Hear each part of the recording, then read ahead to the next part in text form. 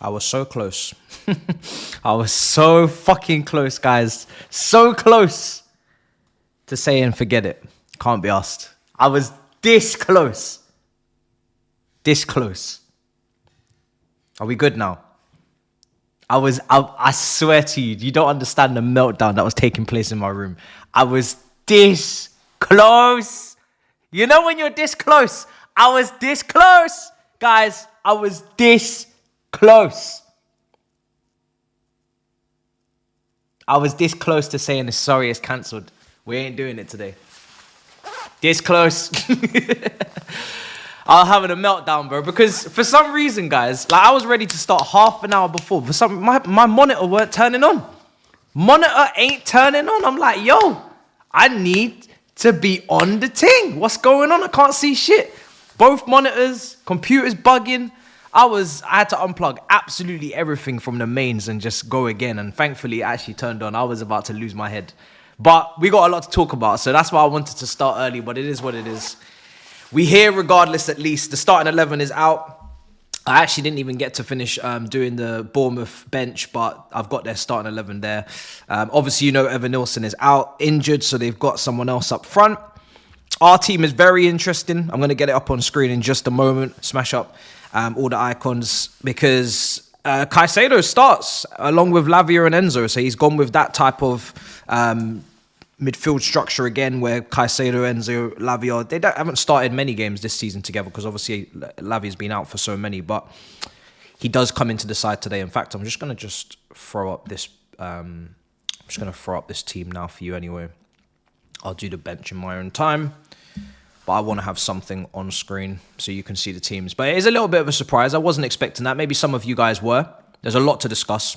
There's a lot of foolishness going on right now that we need to talk about. Mods, if you could please, much appreciate, block all the spam.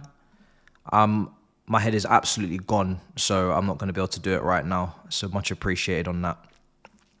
So yeah, get them out of here. My head is hot. But yeah, we back. So I'll get the bench up in a minute for Bournemouth. It's not vital for you guys right now. At least you've got some sort of team on screen. Where do we start? Where do we start? Let's start with the lineup, because that's what we're here for. People would have forgot, because there was a lot going on, that we have a match today. It's match day, Chelsea versus Bournemouth. This is the most important thing about today. I know there's been a lot of transfer gossip and news.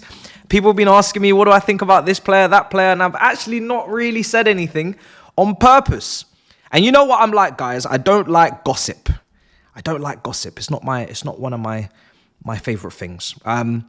I don't like talking about stuff that doesn't actually have enough weight on it to say that it's going to happen, because it's a waste of our time. You know, it's a waste of our time, it's a waste of your time, waste of my time discussing transfers that aren't going through, that aren't taking place. We're daydreaming for no reason, when really results is what the main focus is. And we know what we need. We know what positions we need to target. We know what we need to strengthen, but you know, it needs to be serious. And at the end of the day, if we're starting with Tell for just a moment, he's a very, very, very good prospect. Extremely good prospect. He looks like an inside forward. He looks like someone with great ball striking ability, great ball carrying, dribbling. Is he a left winger? Is he a striker? Whenever you get a player like that, it's usually, you know, a blend of both. You know, our wingers are in a mad system that is very difficult sometimes for them to perform, because they don't have much support. We heard Maresca in the press conference for this game say he doesn't like fullbacks to go up and down on the overlap. That is usually quite helpful for most wingers. So I had a little bit of a concern for Tell in terms of, is he going to play left wing, and is he going to get enough opportunities to score and get closer to the box? And in this system, because in a 4-3-3 Liverpool Klopp style, you put him on the left wing and you're sorted. But this is different. We know that. Then we're thinking up front, striker. Is he ready? Back to play? Hold up. Is he going to be able to take the pressure of playing up front, or is he just going to share the minutes with Jackson? But I understood it because in Cuckoo, Mudryk, you got problems on left wing and striker, so you're trying to find a blend of both. Some people want specialised, understandable in those positions. But it's not happening. It's not happening because the player has to want to come here. This is the sticking point. This is the problem. The player has to actually want to come here. Until a bid goes in, it really is just waffle and nonsense, guys. It's not serious until a bid goes in. That's my rule. Until a bid goes in, it's not serious. You put a bid in when personal terms are pretty much agreed, as Man City have done for their, attacking signing that they're trying to sign from Frankfurt, because the player wants to join you. That's half the work. Then agreeing the fee afterwards. But the player don't even want to come. The player don't even want to leave Bayern Munich. As it stands, the player is happy at Bayern Munich. He wants to prove himself. He wants to fight for his position. So what are we doing here? What are we wasting our time for? What are we doing?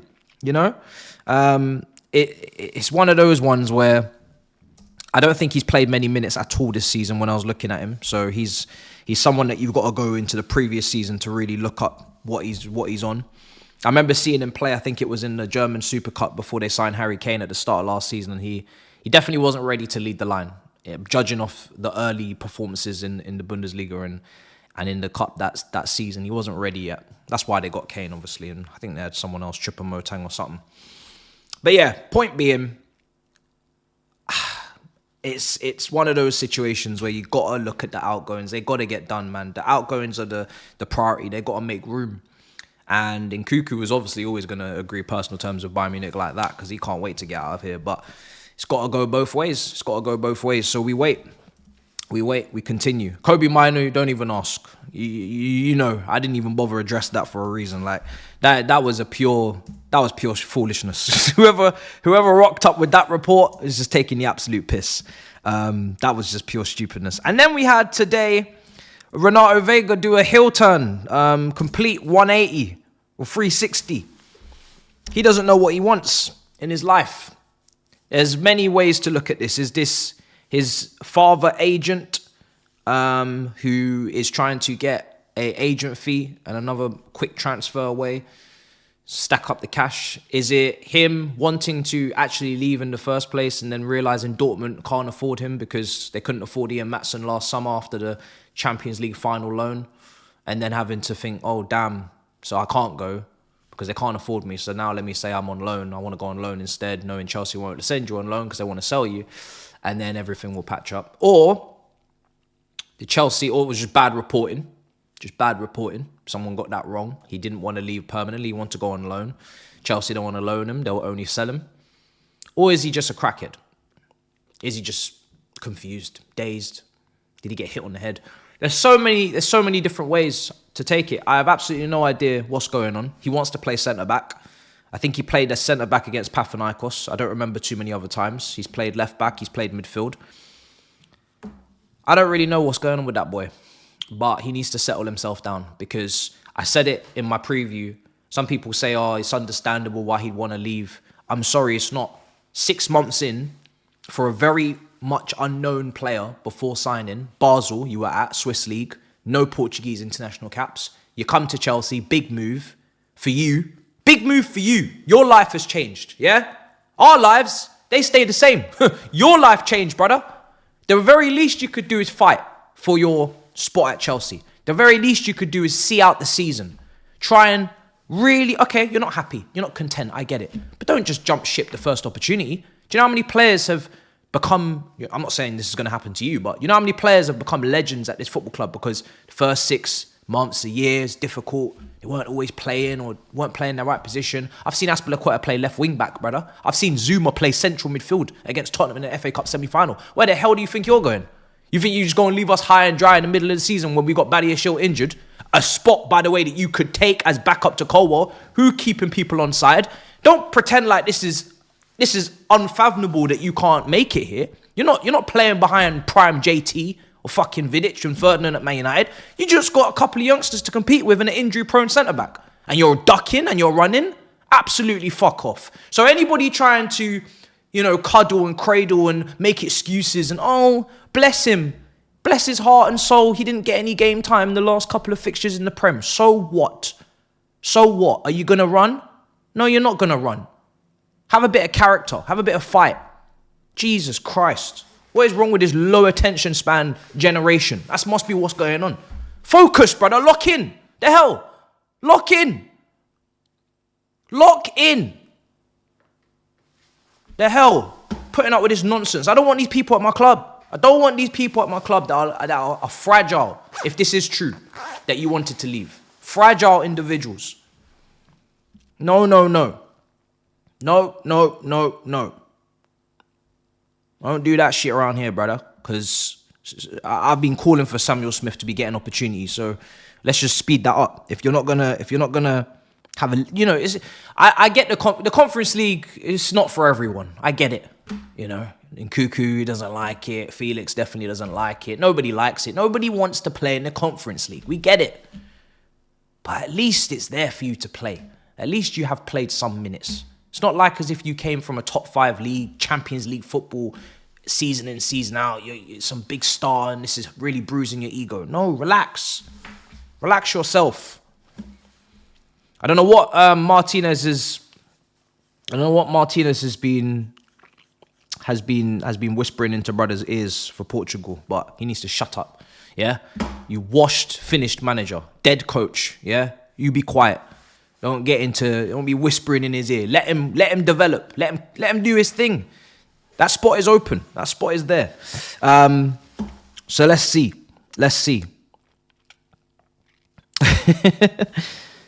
Listen, it's 6 months, brother. Like I said in the video, there are the pregnancies last longer than this, brother. Do you know what? Yeah, I know it's become normal to flip players in record time, but I actually don't expect any footballer to come into this football club and leave after 6 months. I really don't. I don't. You signed the contract. You know what you signed up for. You clearly can see Cucurella has had the Euros of his life. You know you're second choice to him. You've played midfield for Basel, so you know you're versatile. In fact, when you came to the football club, if I remember quoting you correctly, Ronaldo Vega, you said you were positionally versatile. You said that you can play loads of different positions. You're very complete. I can actually pull up the quote. This is again, I'm not trying to do too much, but I just want people to just remain a little bit consistent with what's being said. It's like Lukaku telling us he's a multifaceted striker and then complaining that he's being used a certain way. You said you can play many different ways. You've played left back, you've played centre back, centre midfield. You're very complete. So what's the problem? Relax. As you get older, yes, we can zone in on your profile and your position. Of course. I'm sure you have aspirations long term, but 6 months? Nah, man. Enough of the nonsense, people. 6 months is nothing in football. Like, let's not be silly. So he's on the bench.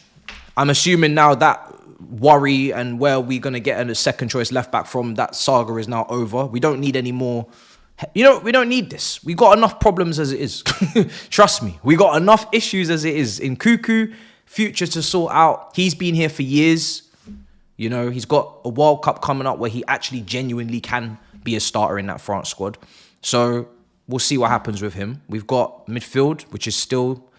I guess if Lavia stays fit, it's not like a massive issue, but I just worry if Lavia can stay fit. I don't want 1st of February to come and then 2nd of February, Lavia's injured. We're like, oh shit, what are we going to do again? I'm hoping that, we understand that this is a risk we're taking at the very least if we don't recall a midfielder.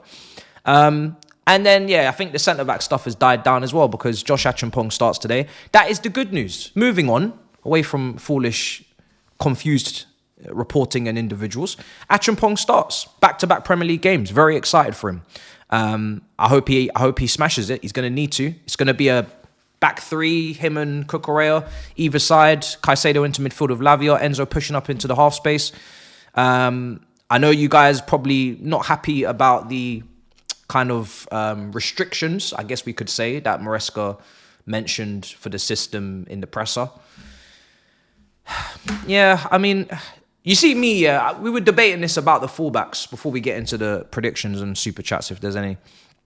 Some people were saying about the fullbacks going really up and down and it's taxing, and I get it for Reece James, but he does invert the fullback all the way up into the opposition box. So it's not like as if, for instance, Gusto hasn't been up and down this season. He's been defending in his box and getting all the way into goal-scoring edge-of-the-box opportunities. So it's like, why can't you just move him a little bit to the right more often? Why can't you just flip it? Overlap, underlap? you know, I don't know. It's weird. It's weird that he said he didn't like overlaps, but he's done a lot of underlaps. But obviously, it must mean that the wingers, he wants 1v1 and, you know, make them hug the touchline, make more spaces inside. I get it. But if we need to change stuff and we need to be proactive and it's not working and we're struggling, I just hope that he won't be stubborn enough to not change it and at least try something that he might not like, because it might work.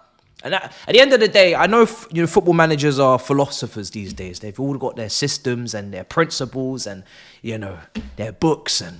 But at the end of the day, the main aim is to win the football match. Can we remember that? If you got to stick the sassy up front for the last 10 minutes or tossing, I'm okay with it. I'll be real. If it's a low block and we just cross in with Neto, we need a centre-back in there to win some headers. I've said it before on here. I'm shameless with it. I don't give a shit. I'll get these 3 points any way I could take them.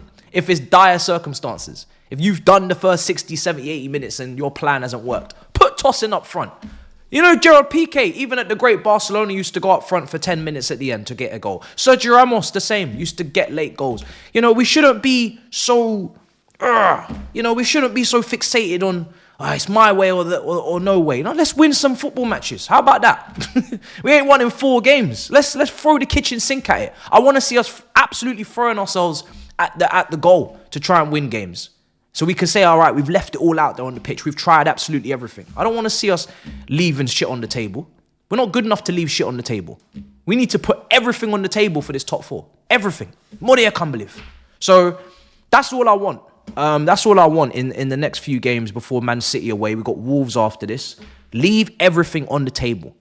You know, you should be gasping for air like you just come out the oxygen tank. You know what I mean? You should be going for it. So let's see. Right, let's go straight into the chat, what's being said. I'll run a predictions because, you know, as we said, Bournemouth are unbeaten in 9, is it? Coming into this game.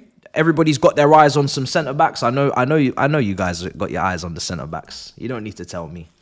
You lot are just watching at the centre-backs today. Hopefully they both have clangers and they score own goals. But I know centre-backs at Forest and Bournemouth tickle everybody's fancy. So we be watching. Let's see how they play. If they play, where they play. Let's see. But yeah, Bournemouth are in great form. Very physical team. Stupid running stats. And yeah, just in great form. Unbeaten in 9. So what can you say?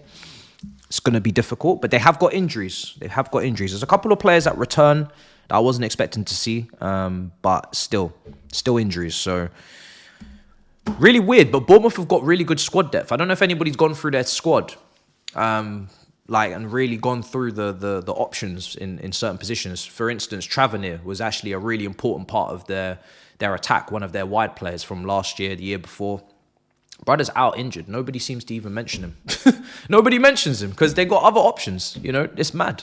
They've got serious depth. So these Premier League teams, they're using their money wisely. They got options now. These guys are almost ready for Europe the way they're going on. They got options. So it's all mad. Right, what's going on here? I had to get that rant out of the way. Sorry, but I feel very strongly about, you know, us investing in a young talent like that, sacrificed our own academy graduates for it, 2 of them, Matson and Hall, and for 6 months for them to be moving mad. Nah, man, not around here, partner. You're awesome, bro. I love what you do for the Blues. You are true blue. Much appreciated, brother. And I want to say, hope this manager gets more years at Chelsea. Do you know, with Maresca, I know a lot of people are starting to worry a little bit or question. I still back him to the fullest, I'll be honest. I still back him to the absolute fullest. I back him 110%. Not even just 110%. I'm locked in. I'm very much locked in. Mainly because he's young. He's a young manager, and I think we have to expect at some point he's going to do something that we're not happy with, or we're questioning why is he doing that.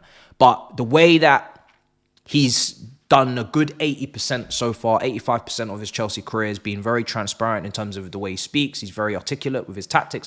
He seems to learn from his mistakes. He has been mainly proactive until recently when he's been reactive. So I'm just hoping that 80% is going to, you know, outweigh the 20 and we're going to get back on track. And if we don't, as you already know, as I said at the start of the season, I'm not really looking at him anyway. I'm looking at the directors, because I do think there's a good young coach in there, but you know, it's all got to match up. It's got to mirror the signings, the additions have to match what he's trying to put out there on the pitch. And if it doesn't, then we're going to have issues.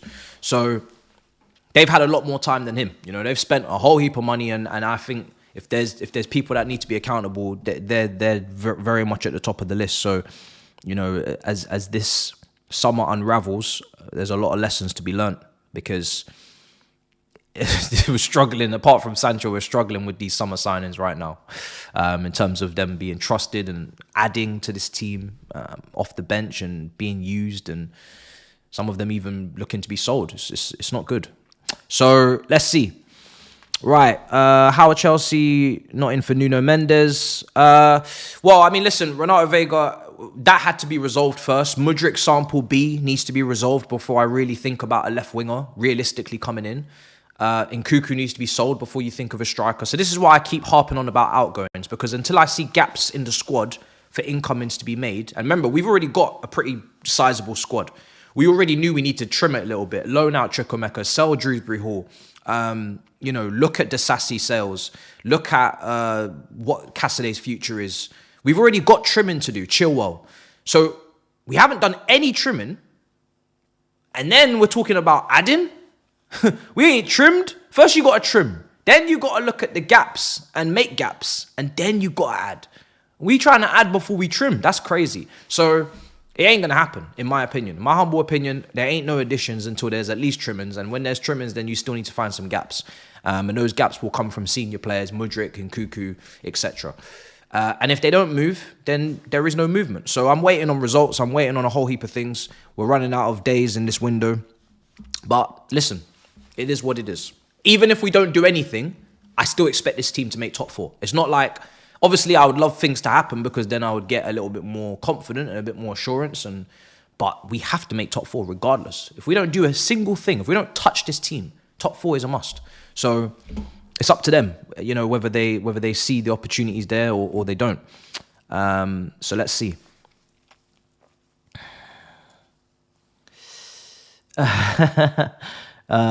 Football Manager series, brother. The way my computer was moving today, I didn't think I was even capable of doing a simple stream like this.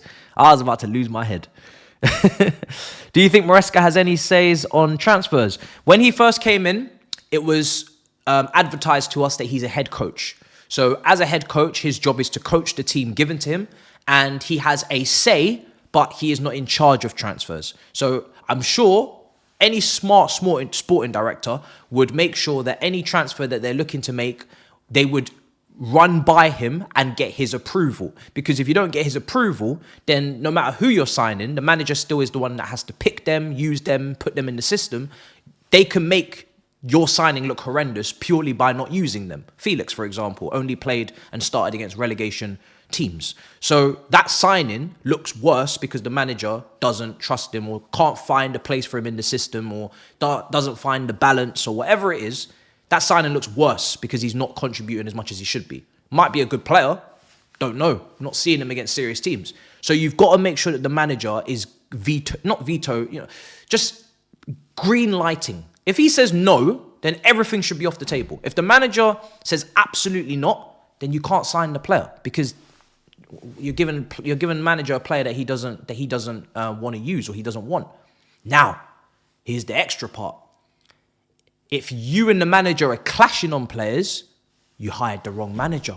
Because why have the sporting directors hired a manager where they don't agree on the profile of the players they need? That's the whole point of researching and understanding and doing the due diligence, the 72 hours in one day. Why I want this manager, because he matches. Remember Pochettino. Pochettino didn't match the squad. The technical, whatever reason, didn't match the profile of the squad, right? Gallagher gone, etc. So you bring in a manager that matches the squad, or so you say. So it has to make sense. So now there shouldn't be any disagreements. There shouldn't be any shocks, any surprises, any, oh my God, you need balance? What? Huh? That shouldn't be happening. If that happens, foolishness. Foolishness is taking a place. So very simple. Very simple. But yeah, you know, you should be able to agree. You might disagree on little things, but you should be able to come to an agreement and bring in, you know, players that make sense. Why are you so zoomed in today, brother? Trust me, that's the least of my problems. Let me see if I can zoom out, but that is the least of my problems. I've been struggling today. Me being zoomed in is the least of my problems. I thought this thing wasn't even gonna run. So I don't get, even if you could see my nostrils and nothing else, I'd be happy right now. I'll be honest. If you could see only my nostrils and nothing else, I'd be happy. Just the fact that the stream is running, we are happy. We are so happy. We are so happy. Let's see. So, what else is going on in the chat? What else is being said? I mean, the rest of the starting 11 is self-explanatory, isn't it? We knew we wasn't going to get Felix and Palmer together. We spoke about that in the preview. I think a lot of people wanted to see maybe Felix and Palmer start together, but we all heard the press conference, so there's no point even mentioning it. It wasn't going to happen. Madueke's back. He wasn't in trouble. He was out with an illness or something, so he's back. And the rest of the team is predictable. So let's see how it goes. We've got a big bench, lots of big names on there, lots of options. No real options in midfield. No Cassidy, no Drewsbury Hall. These guys are still out of the squad because they're available for transfer. Apart from that, pretty much as it was, people. What is a culture Cam's doing in here? What is a culture Cam's doing up in here, sneaking around? What are you doing here, brother? Oh, is he gone? All right, well, I saw him there in the chat. Big him up. Big up Culture Cams every time. Might have something soon for you lot. If you want to see us on the same screen, I might have something soon for you lot. Don't worry about that. Okay, so, because I saw him singing a song. Did you see him singing that song? Did you see that post? Culture Cams trying to tempt Cole Palmer to Manchester United. Did you see him singing that song? Talking about once they get their money up, once they get their bread up, once they get their house, their home, their clothes, they're going to try and talk to our star boy. Did you hear that? Did you see that? Speak soon. Speak soon.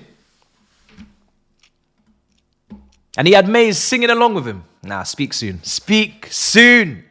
Speak soon. Oh, dear. There's been so much going on. I saw a clip of Grizz today speaking about Zubimendi and how Arsenal couldn't attain his services. That didn't work. That didn't go very well, did it? Oh, Grizz, I'm telling you, once Trent is saying Ala Madrid for the first time, we gonna cook. We gonna cook with you. We gonna cook. It's all going off right now. I don't think that deal's done, but you know, it's looking mad. It's looking mad. I think Partey and Jorginho's contracts are running out this season, so it makes sense, to be fair. And what I said, and I deleted it because I was like, you know what? Let me not even give any ideas. But what I said was, everybody talks about Rice in the 8 position, but bruh, pivot. This screams pivot, but it won't happen because obviously they're gonna use him as an 8. Screams pivot. Screams Matic and Kante, or Matic and Fabregas, Zubimendi, Rice. Nowhere near the level, by the way, but screams pivot. And you know who the perfect 10 is right now, or the gamble that's worth taking in the world right now? If you're looking for a 10 and you've got like proper assurance and Cherky, bro. Cherky in the 10. You saw that, innit? Yeah, you saw that. Cherky in the 10. Brother, left foot, right foot, cross, pass, reverse, skill. Hey, he is so cold. He's like a throwback footballer. Freedom footballer. Nobody wants to take a punt. We can't take him, so don't even bother ask about Chelsea. We got like 10 10s. But I want to see him. I want someone to get him so I can see what he's on. Because he's teched out. If you were to play Football Manager, he's got 20 technique. 20. He's teched out. All of his technical attributes, like minimum 16, 17, 18, 19, 20. Like he's teched out.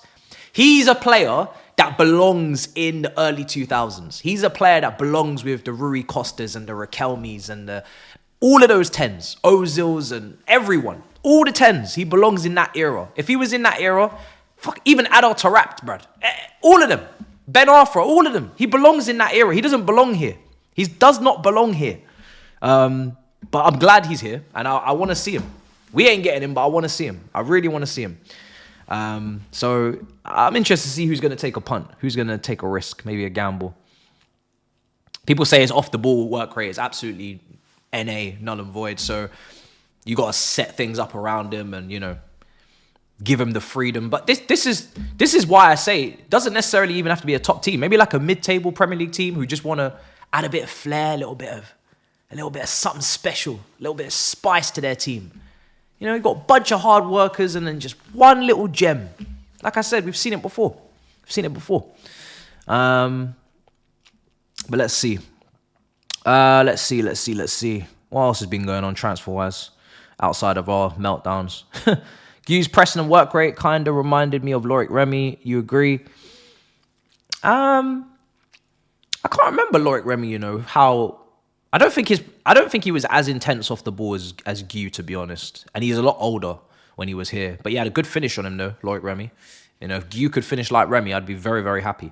He was a nice understudy to Costa. You wouldn't want him for the whole season because he kind of was like a in-behind striker. You put the ball in behind and you let him run onto it, and he's got some nice finishes in his locker. But he's a good player. Very good player. Is that QPR? People have sent me the clip of Turkish. Yeah, I've seen it. I'm seeing him tomorrow, obviously, for the mob. We got to watch along for Arsenal versus Tottenham. So I'll show him then. I'll ask him then in person without even any cameras. Just what's going on? Are you okay? What did you mean by that? Because there was a lot of Arteta propaganda. Better than Conte. I'm just like, how can a manager that's not won anything be better than managers that have won stuff? I don't get that. I don't understand that. Like, obviously, we're being unfair to those guys because they've peaked. It's like saying, what is it like saying? It's like saying Martinelli's better than this current version of Neymar.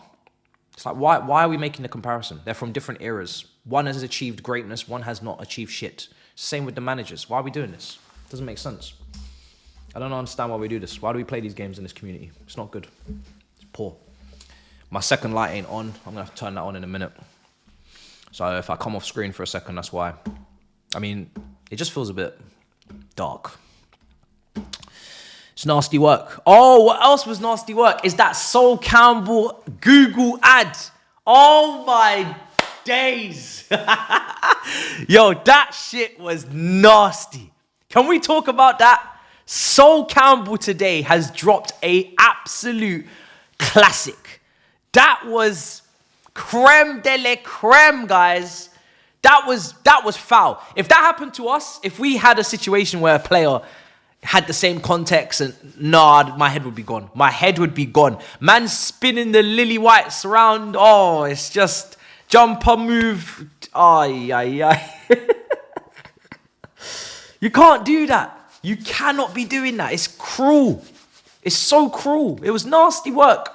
Very nasty work from Sol Campbell, man. And the thing is, there was no warning. It's not like man's been about and you were expecting him to, you know, lay down the gauntlet. Brother just appeared out of nowhere and dropped an absolute classic and left. It's like when Jose Mourinho popped up in Stormzy's video.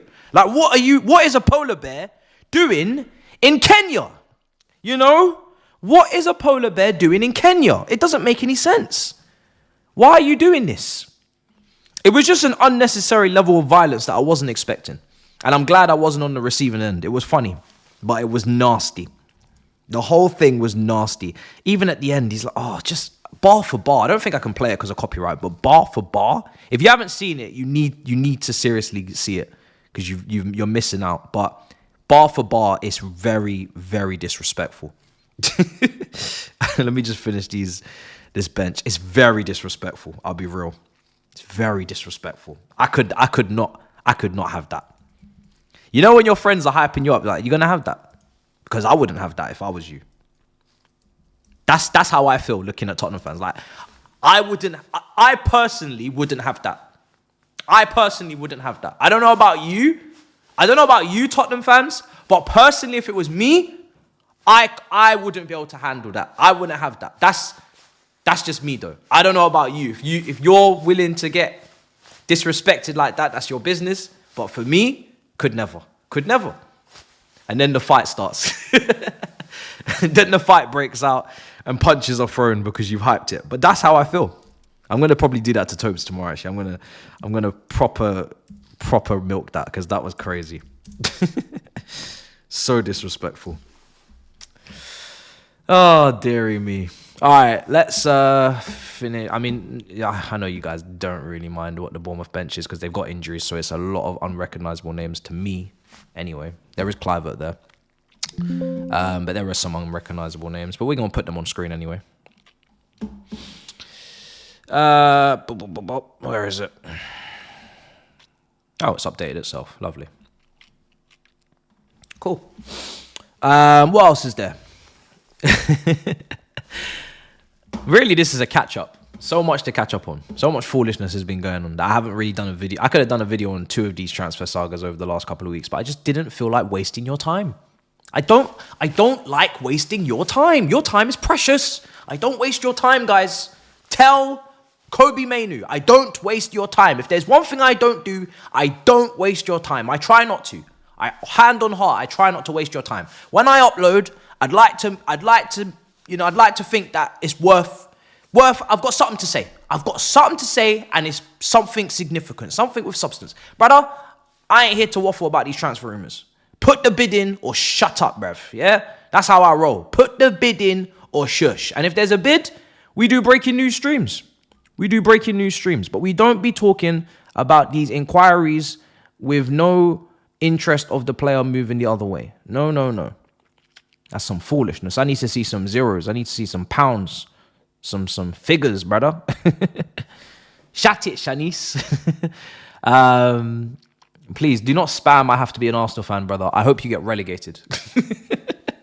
I hope you get relegated. I hope you understand this. I want you to be relegated to the Championship. Then I want you to be relegated again to the League One, then to the League Two, then to the non-league. I want you to be playing against Bromley and Tamworth. Do you understand?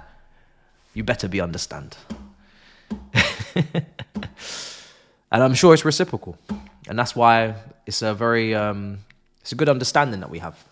We don't lie to each other. I don't lie to you. I don't tell you that I'm your friend and I say, oh, I really wish you the best under Arteta. I don't tell you this. I tell you I want you relegated. I want you dropping down the leagues. Yeah? Leagues. Not 1 league, 2 leagues, 3, 4, 5 leagues. Yeah? So you know where it is, at least. If we have nothing else, we have honesty around here.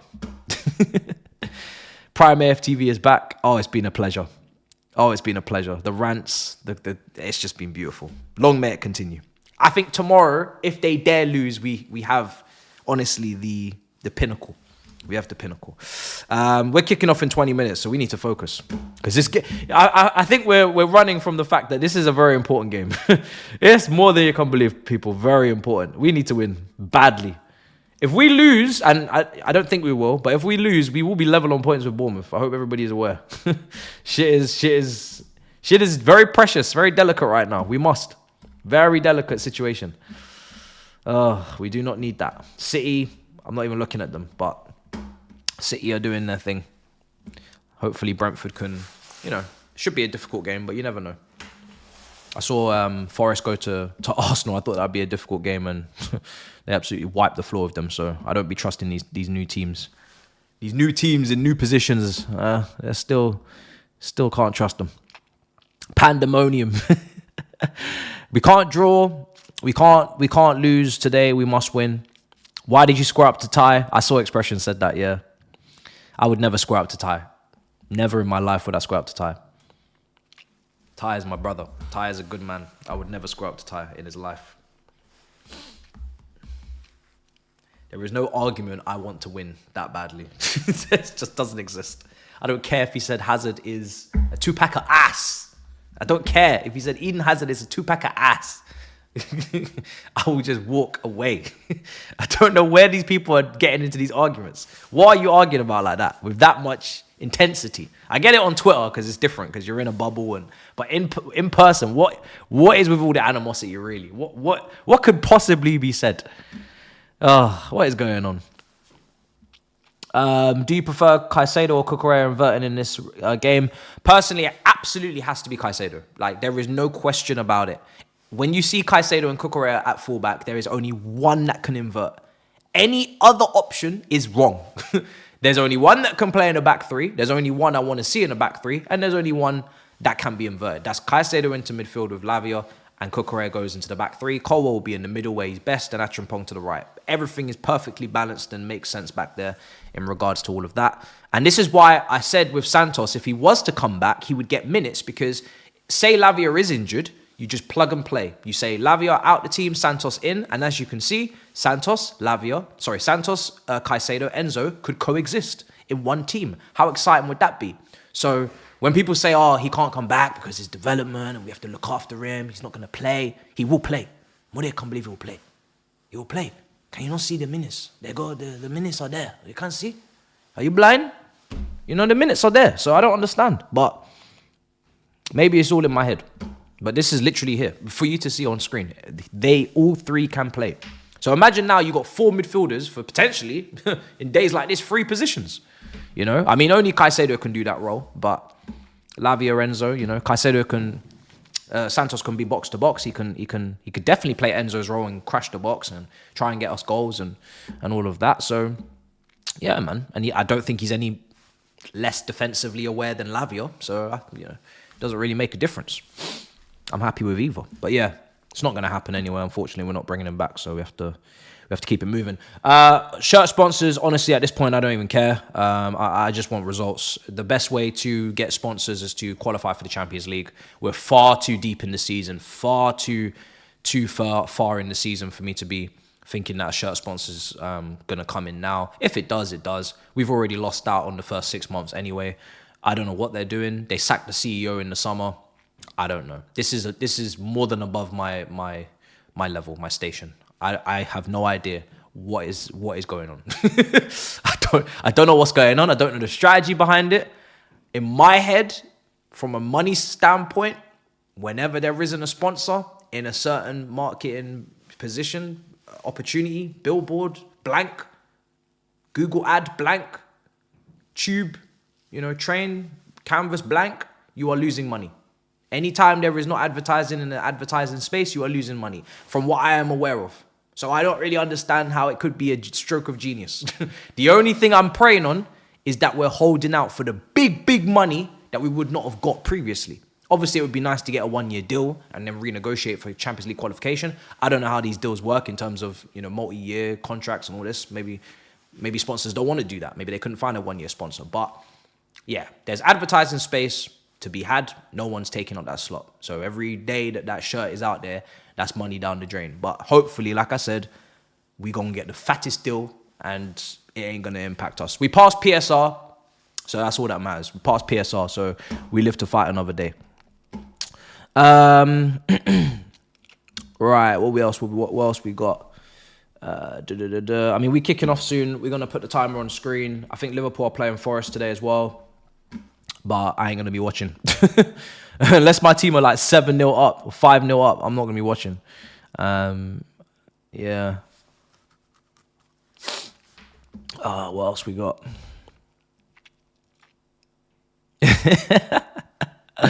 Would you call out Noni if your 1v1 demon, doesn't beat his man even once today? I mean, he should be beating his man. That's his main attribute. So yeah, but you have to remember, I wanted Elise. So as much as people think I've got this like Noni bias, and I'm not really going to try and prove you wrong in that, I just feel like I saw development. I think now he's behind schedule in terms of the season. He had a decent start and he's just dropped off now. And literally the last 4 or 5 games, non-existent. So that's why I said on the Big Six, I think Sancho has been our best winger this season. It changes, it ebbs, it flows. So at one point it was Neto for a lot of people because of the big games in a row that he played well in, Arsenal, etc. Now it's Sancho maybe, it's Noni. At the end of the day, no one is doing enough to be head and shoulders of the rest, which is not really what I need. I need someone to just clear everyone. But yeah, with Noni, I'm not really overly fussed.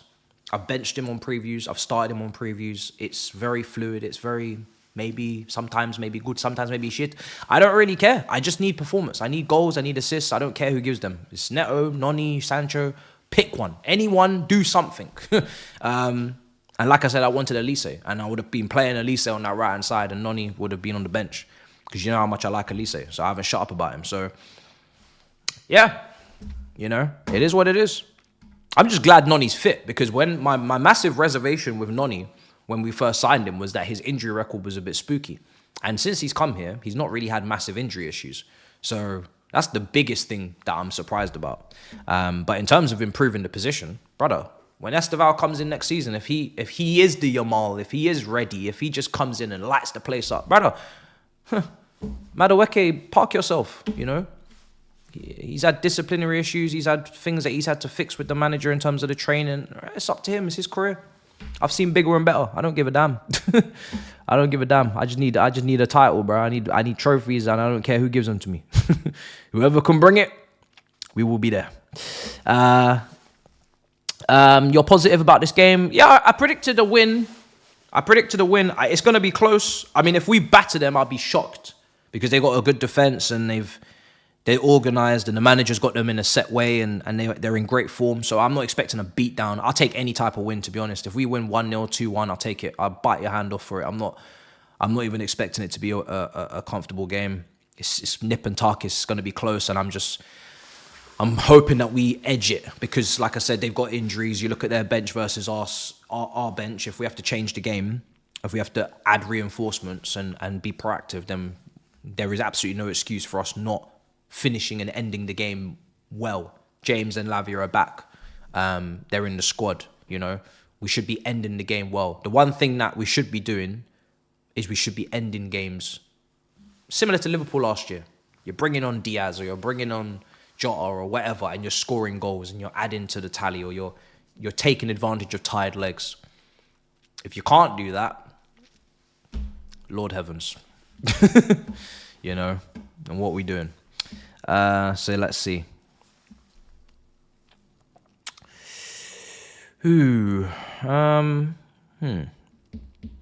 Esteval's being balling.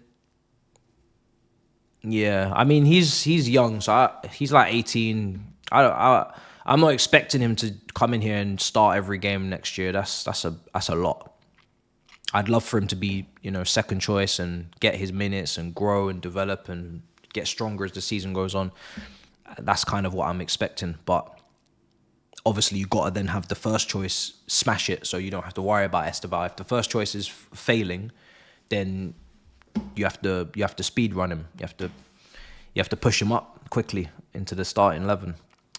Which, fight or flight. Sometimes young players fight, and sometimes, you know, sometimes they actually are better off for that opportunity. So we don't know these people personally, so it's impossible to judge. It's like deciding if a player should go on loan to a European team or they should stay in England. These are all like the finer details of day-to-day interactions, knowing the player, asking them their living situations, their languages learned, where they feel comfortable to perform off the pitch, on the pitch. These are things we will never be able to even bother getting into, because we don't know these people, you know. If I send a brother to Portugal to develop and he can't speak Portuguese, and then the manager can't speak English, the whole loan might be finished. So, you know, that's what they get paid for, innit? To make sure all of those things all them boxes are ticked. I want this game to kick off, man. I'm ready to Royal Rumble today. Are we the only ones kicking off at this time? So everybody's just queuing up for this, yeah? Actually, no, West Ham are starting same time against Fulham, and Brentford against Man City same time as well. It's Liverpool that are going solo with the 8 o'clock kickoff. Gilchrist on loan. And Semino. I don't expect to see the Argentine Aaron until FA Cup 4th round. To be fair, Brighton away, probably not now. Didn't really speak too much about that, but that's a tough draw. I wouldn't expect to see him. For that game. So, when will we see Aaron? Probably in the Conference League. This light's not turning on. Is what it is. Yeah, Conference League, which is in March. A couple of months. I mean, yeah, a couple of months. Settle yourself. maybe that's all right.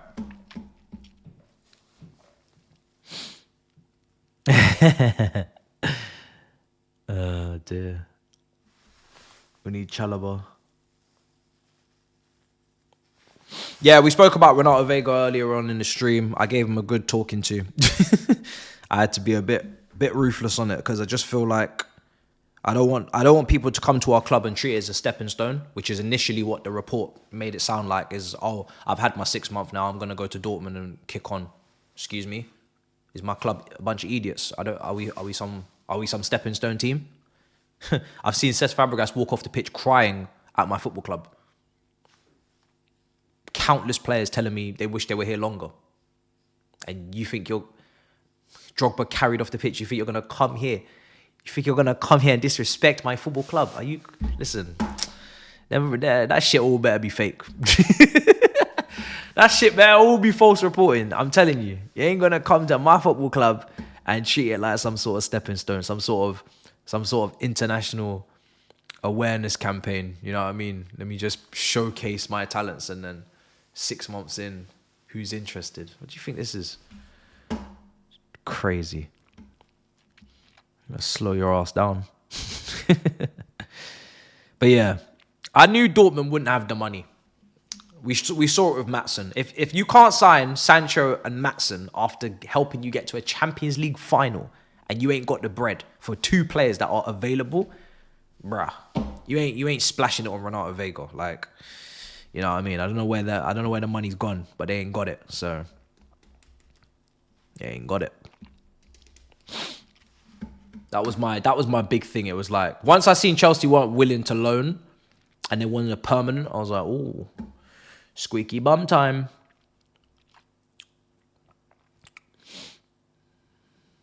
Squeaky bum time indeed. All right, let me just get ready with a timer. Sam's losing his mind because Zubamendi's gone to Arsenal. He is fuming. And I'm just like, again? Lavia, Caicedo, Zubamendi, Bellingham. How many more times? Trent next? Crazy. Hopefully. But at the same time, they're top of the league. So who's really laughing, you know? I don't know. It's weird. If they weren't achieving and they were shit, it would be different. But because they're top of the league, top of the Champions League, it's like, what's going on? Why are players rejecting them consistently and constantly? But they're achieving and they're in great positions. It doesn't really make any sense. It's very backwards. It doesn't really make any sense, to be honest. It makes sense if you're not good and you're languishing in 8th as a big club and people are rejecting you, but you're top and it's just weird. It's just weird. Is Tell actually a good player? Tell has not really played many minutes at all this season. So, first of all, we don't seem to be getting him, so you don't need to stress. But yeah, he's not been playing many minutes this season. He's an inside forward, which means he's kind of a blend between striker and left wing. I am concerned as to whether we get the best out of him hugging the touchline as a left winger without supporting cast. I'm a bit concerned about back to goal up front, especially as a young striker. But he's, great shooting technique, good ball carrier, good dribbler, technically good. And that's half the job done, because you're not going to come here and disgrace yourself. He broke into the young age groups of the Bayern Munich academy and first team at record breaking age. You don't get fast tracked like he did in clubs if you're not something special. So yeah, it's a weird one. It wasn't on anyone's list. And like I said, I feel like our wingers have to be. It's tough. It ain't easy. If he's gonna keep doing this with the fullbacks, it ain't easy at wing, man. Wing for us is not the funnest job in the world. So it's fun if you got overlaps and support, but if you ain't got it, yeah, it's not easy. So It's not easy. Sancho is really good for that position because he's really good at keeping the ball. He doesn't waste it. He can create. So, but yeah, it's not easy at all. I wouldn't wish it on a young, explosive talent. I'll be real. I wouldn't wish it on them. It's not the funnest one. You got to have incredible decision making. Right, are we kicking off? 2 minutes.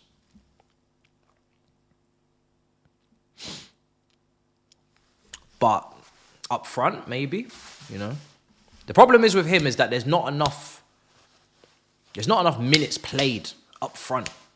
Like at Bayern, he's used wide a lot. Anytime I've seen him make cameos off the bench, he's always brought on out wide. They've obviously got Harry Kane down the middle. They had Choupo-Moting, all these other brothers.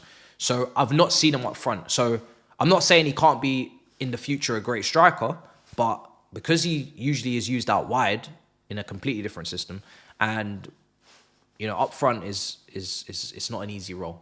It's a very high pressure role, and obviously we need conversion, we need goals. So yeah, he can shoot a ball well, so that helps. And aerially, you know, I'd like to think that he can hold himself, at least contribute better than Jackson has.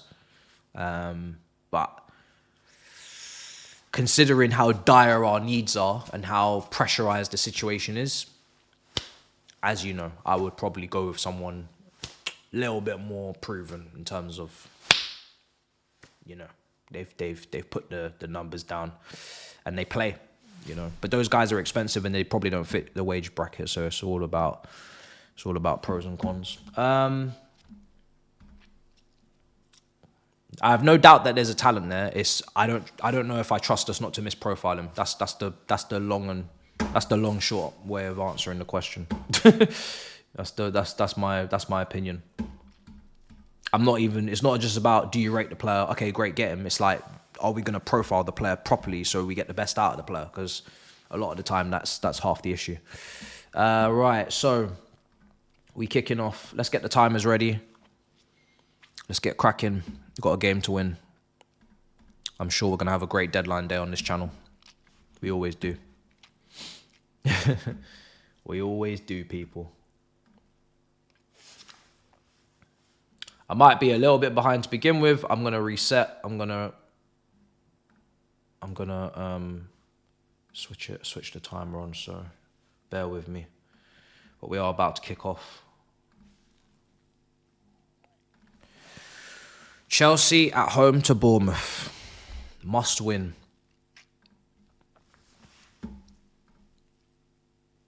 Please hurry up and kick off because I've already started the timer. All right, we've kicked off. I'm going to leave it for a second because I don't know where you guys are at. Maybe I'm the one a bit behind. But yeah, we've kicked off and we're ready to go. Let's win. Let's get some points on the board. I need to log in. Do you know what? Forget it. It's fine. Right. There's a lot of pressure on it. There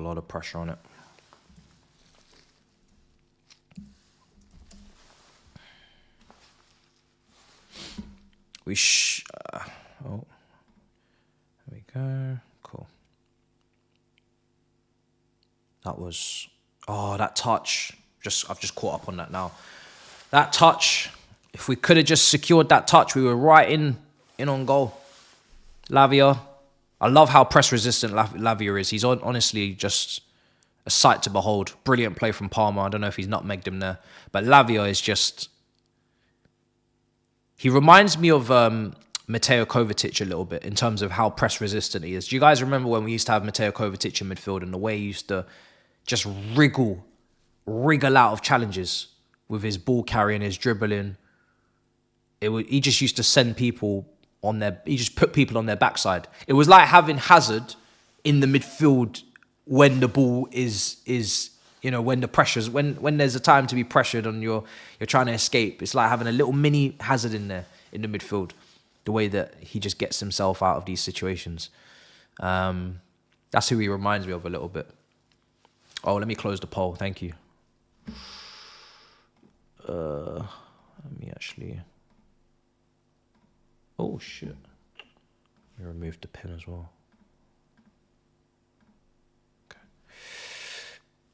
Okay. But yeah, he was smooth.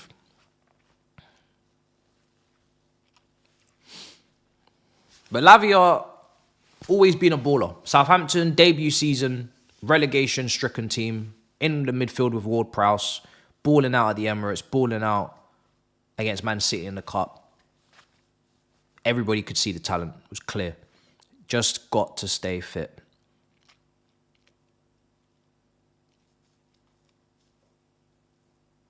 Brooks is down. Enzo's called to the bench. No, we do not need Kobe Mainu. No, it's not the... When you have young players like Andre Santos and Leslie Okachukwu, but Andre Santos, first of all, you don't waste your time signing Kobe Mainu. It's wasted documents, wasted paperwork, wasted ink in the pen. Why would you waste your time? Especially on that profile. Would be one of the most idiotic things you could possibly do. Not because the player isn't good, but because there's no need for the player.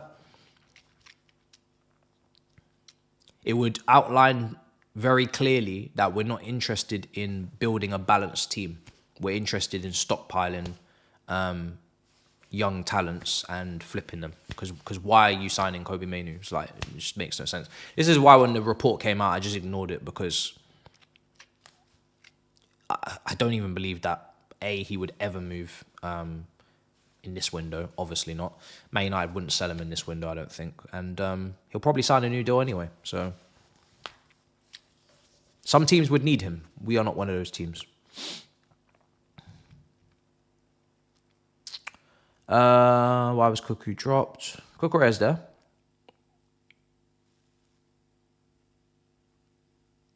With the heavy body check.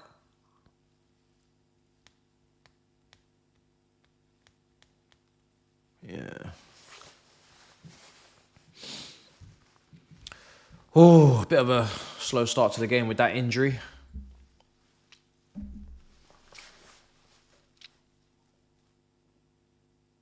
What's Saeed saying? Is he in the chat? Oh no, you're just discussing the video about Subamendi.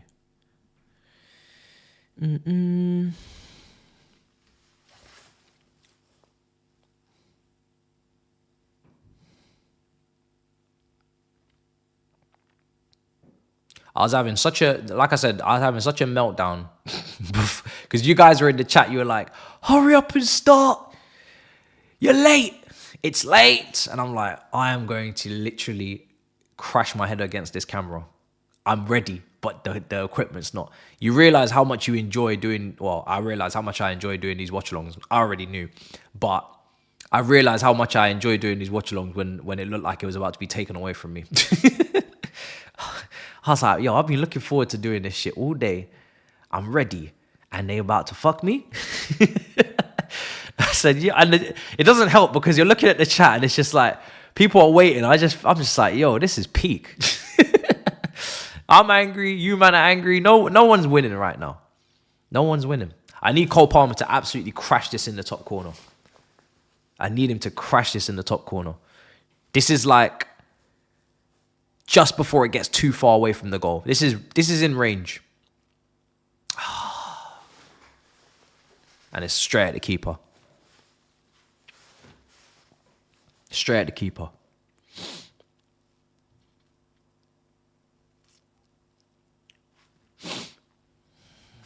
Straight at the keeper. Colwell back to Sanchez. Thank you very much. Take a clearance.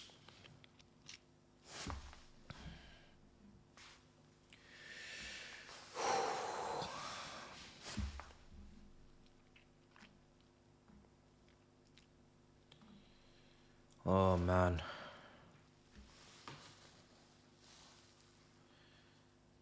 Hopefully. Took a deflection, did it? Oh, okay. Yeah, because it did look a bit too easy. We're pressing them really well. Some of our best performances this season have come from a great high press and winning the ball high up the pitch and just attacking them and killing them from there. So if we can demonstrate that here, which Bournemouth are also pressing us high up the pitch. We're seeing Cucurella, now Sancho. Enzo, back to Cucurella. Now Sanchez. So they're pressing us. They're very aggressive, Bournemouth. They think they can come here and win. That's what they're on today. Palmer, beautiful. Fuck! All right, Madueke's rescued it. That was a beautiful bit of play from Palmer. Palmer and Madueke still got the best output as a duo on that side in terms of assisting and creating for each other in this team.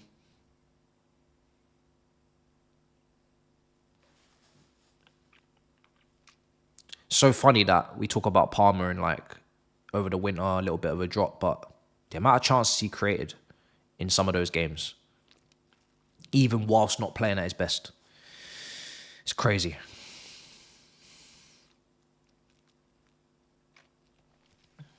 The guy is liquid. Liquid football.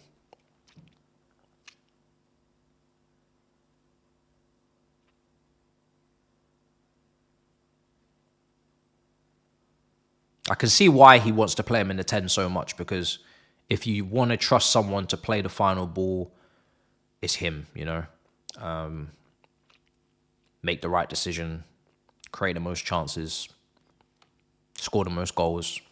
It's him. He's the one that ticks every single one of those boxes and answers every single one of those questions. If you had to bet on someone in this team, you're betting on him. So he wants to go through him at all times. He doesn't want to have the game passing by at any moment. It's really not even about starting. It's just about during the game. If he's not playing well, can he move to the right? Get him out of the heat. Sancho cutting in. Palmer. Oh, he did it. Oh, you naughty. You naughty teasing me. You naughty. Listen, this brother, he nearly had me. He nearly had me there. So let me run it back. Frank Lampard against Hull City. If you know, you know. At the, I can't remember what their stadium's called. At the time, I think it was Brandon. K something. But yeah, bruh, that goal, woo!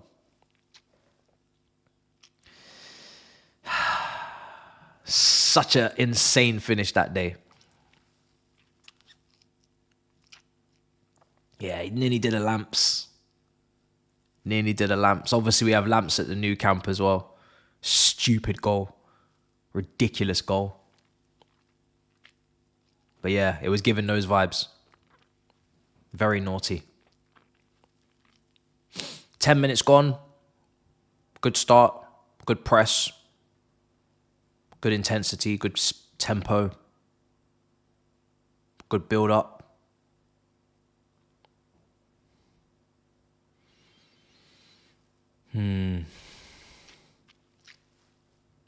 Where's Datro?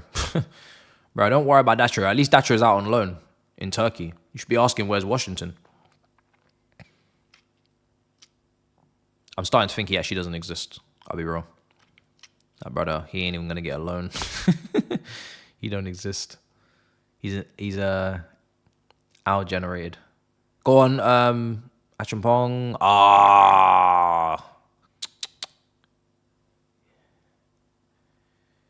He tried to step up and carry and got caught.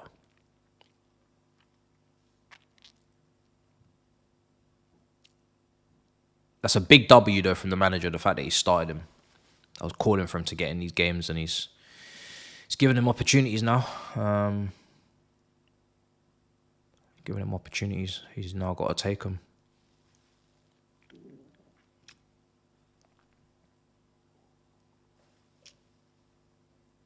Washington's in America. Is there some sort of tournament going on?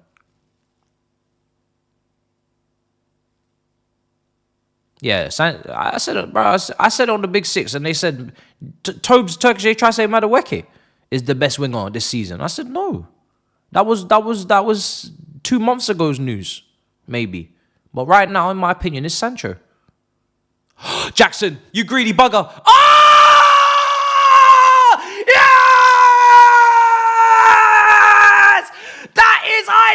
cold shit right there, ladies and gentlemen. That's what we talking about. That's what we talking about. Oh my goodness gracious me. It's glorious at the Stamford Bridge. Cole Palmer with the coldest finish you've ever seen in your life. Beautiful reverse pass from Nicholas Jackson. Getting in on the action. We love to see it, and it's deserved. That is, I swear if this offside, I'm going to lose my head. I'm doing beautiful comms right now. Don't ruin it. Unbelievable commentary. Unbelievable. Peter Drury-esque shit. Don't tell me it's off. Yo, that hold-up play from Jackson. That hold-up play, he's onside. He's well onside, ladies and gentlemen. He sat the keeper down. He said, shut it, Shanice. Your mouth is moving like a rat. No, the way he sat this keeper down. This fucking guy is a baller. This guy is a baller. I love the way we don't even need to tell anyone anymore. Like, you don't fucking ask. Do you know how good it feels? Even when he's not playing well, he's a baller. Not in this game. He's been playing well in this game, but in previous games, we just know he's a baller. Do you know how nice it is to just know someone's a baller? Like, don't even ask us again about Cole Palmer and his technical level. He is a baller. He is cold. The brother doesn't even feel. He has no feelings or emotions. He's just a killer. What kind of nastiness is that? Man said, I'm gonna sit you down, bro. Man said, sit down. Why are you standing? Man said, why are you standing up? Sit down. Oh my goodness.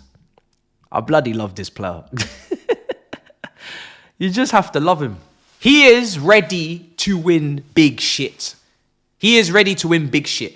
He's just not there yet, and it's down to us around him to get him there, because he's ready. Put this brother in the Champions League, he'd be doing the same shit. Put this brother in the Euros semi-final, he did the same shit. Put it in the final, he did the same shit. This brother is ready. He's one of the players in this team that's ready for a title challenge, a serious one, ready to be a Premier League champion again. It's all about everybody else. Start getting involved. Start contributing. Start helping. Because he's ready. He's been ready. Man was ready last season. Bro. Fuck this season. Man was ready last season. Putting up numbers. Bro, numbers and eye test together is a beautiful thing. You don't have to convince no one. You don't have to beg for nobody's forgiveness, nothing. Brother said numbers, eye test, everything. Unbelievable. What a finish. What a finish. Oh, man. And really good play from Jackson. Yeah, really good play. That's what Jackson at the very least, yeah, and I said it before, and this is why I haven't turned on him in terms of like people lose their heads. One, because we didn't give him enough support. We didn't give him another striker to compete with and kick him out the team if he's not playing well, but also because he can do stuff like that. So he's of use. You know, he is of use. You know, you put him in a front two and put a gunman next to him, like, I don't know who, Gyökeres or whoever, and you say you're the second guy, you're the supporting act, the supporting cast, bro, he'll help. He will help. He will help. But he needs to score today, though, still. He needs to score. He needs to try to score today. Madueke's lost out.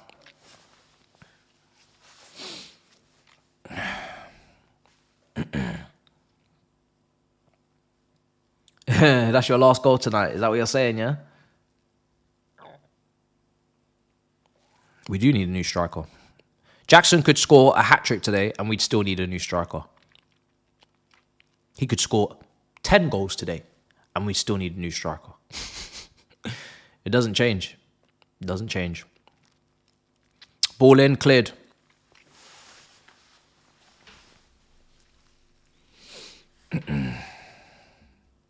Good stuff, Achumpong.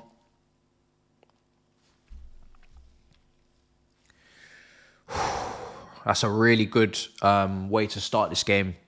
Really good way. We started well. We are going to have to do a bit of defending. They are going to have the ball a little bit at times. They are going to bop it about.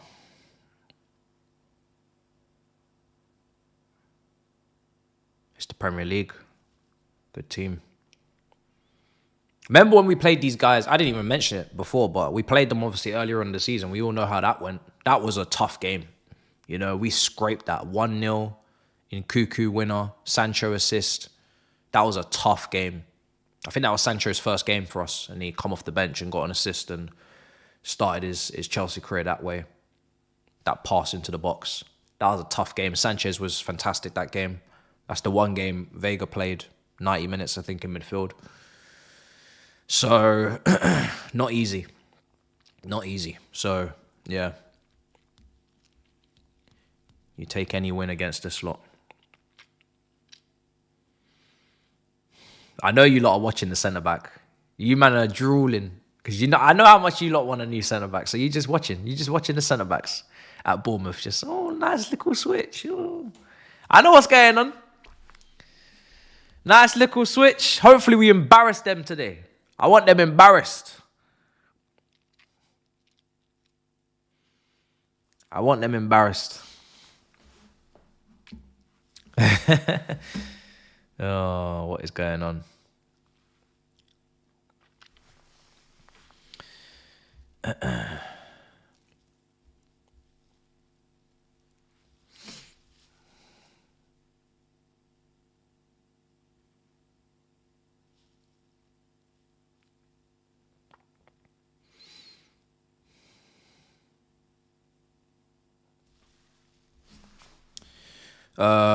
Right.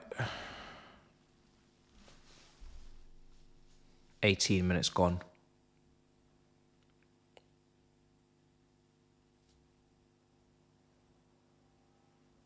See people saying because he can play two positions, that's what makes the deal perfect. But I don't know. I think we already have Jackson that can do that. So it's like, I think if you have like a Hairline profile, you're understandably going to probably look for a striker that can play across the front or can play, you know, a couple of positions because they need to have game time and feel like they can play and have an option and opportunity. But I think when you've already got one of those type of players, there's a case to be made that you just need a striker when we cross the ball, when we, you know, stupid level box movement, stupid level ball striking, stupid level striker instincts. That's the real contrast to what we have. But I get you. 2 birds, 1 stone in Cuckoo Madrid. But yeah, it's an interesting one. But like I said, unless that brother changes his mind, we back to square one. Here's Enzo. Oh, Jackson, go on. Oh, unlucky. Unlucky.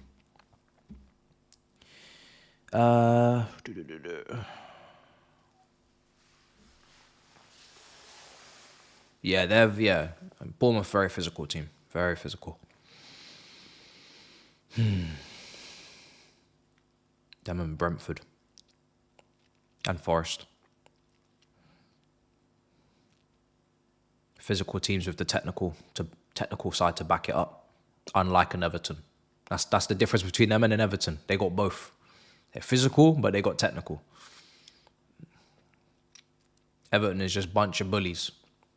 Not a single technical attribute between them. Apart from maybe McNeil. That's the one I'd look at and say, yeah, he could play for a mid-table team and do a great job. Sanchez, please do not fuck about. Jesus Christ. Are we not just so lucky that Lavia has got eyes at the back of his head? Because if you play that pass to a normal individual, a normal human being, we're finished. Lavia has got eyes at the back of his head. Caicedo escape as well. My days. It's a good thing we signed the midfielders we signed. That's the one thing I'll never complain about is the midfielders. I love the midfield. I absolutely love our midfield. Once it's working and the manager's cool with it in terms of the balance, our midfield on the ball is beautiful. You know? Thank God that they are technically serious because he tried to kill them. He tried to send them packing.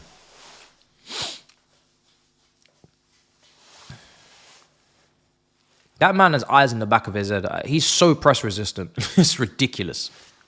It's mad. It's insane how press resistant he is.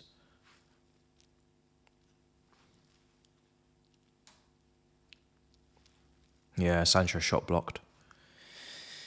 Of course we miss Lavia, of course. We didn't spend 58 million on this brother not to miss him. 100% we miss him. Massive player for us. Massive. Same with Reece James. Reece James, Lavia, and Fofana are massive players. They are make or breaks between this team being a good team and a very good team. When they're not here, all three of them, we're a good team. When they're here, we're a very good team. Now, if we want to be a great team, a couple more things to fix. It's a shame that they're injury prone. So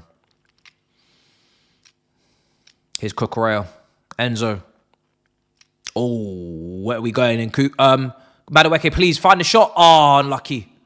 Go on, keep going, Sancho. Jackson, get back on side. Sancho. Oh, the close control. Oh, unlucky. I like the way we're going forward. I like the way the attacks. I like the way the attack is playing today. It's looking nice. Oh, Palmer, you're late. It's late. There's a freshness to us.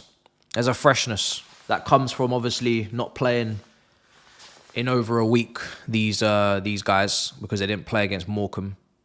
So I don't think there's a single player in the starting 11 that played against Morecambe, or am I wrong?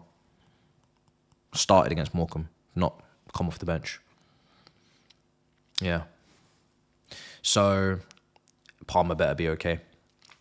I'm sure he is. He looks fine. I think he's fine, I think. So yeah, freshness. There's a freshness. Yeah, it's gonna hurt the ankle.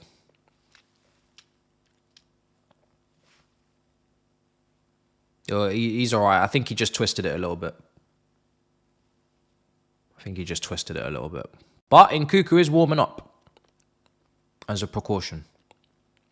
I would prefer to bring Felix on if I had it my way, if I was doing a straight swap. But this is basically just based upon what I've watched over the last few weeks between the both of them. If he brings Nkuku on before Felix, when Nkuku's up for transfer, Felix is also warming up. Let's see. Because I thought he was just going to bring on Nkuku. And now, you know me, I think that's his position. That's his only position. He can't play wing. He can't play up front. He ain't going to track back the levels that needed at wing. He can't play up front. So he has to play in the 10. But you know me, right now, brother, you don't look like you want to be here. So I'm definitely bringing on Felix before Nkuku, if it's me. That nasty little dummy just sat the keeper down. Do you know how much is going through your head at that time? Like, that's where people rush. That's where footballers that aren't levels usually rush that 1v1. They panic because they've got too much time and it's not instinctive. It's too much time, too much information to process. Defender, crowd, goalkeeper coming. This brother, he don't care. Man said, I'm going to fake the shot and I'm going to leave you on the floor and then I'm going to pick my spot. Bruh, it looks simple to the elite. It looks simple to the top players. It's not simple. It ain't simple. But he looks okay. Hopefully.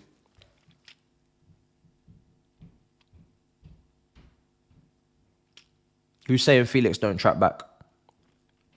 Oh, someone else in the chat. I've said he's actually worked very hard. Last few games he's played, he's definitely worked hard. I think really, I don't really question anyone's work rate. Neto works hard. Madueke tracks back. He improved on that last year under Poch. Felix has been working hard when he's come in. Have I missed anyone? Oh, Sancho. Fucking hell, man!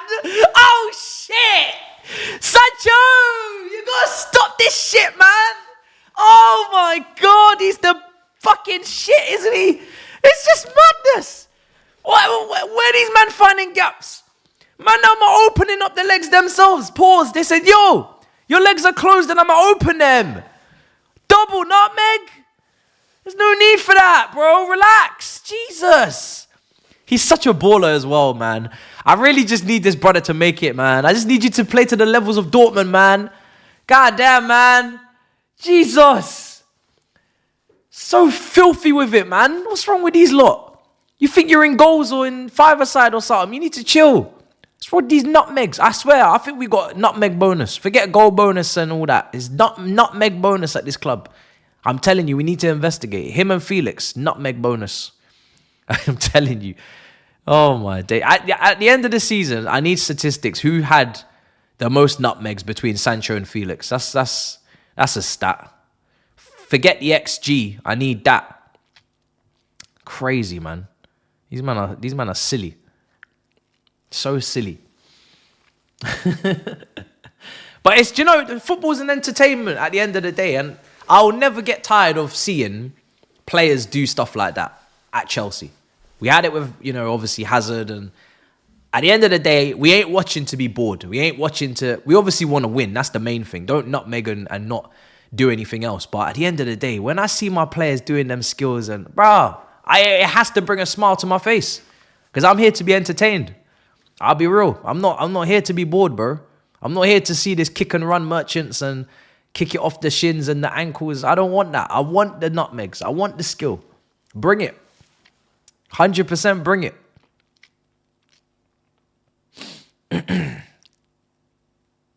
It's always fun to see.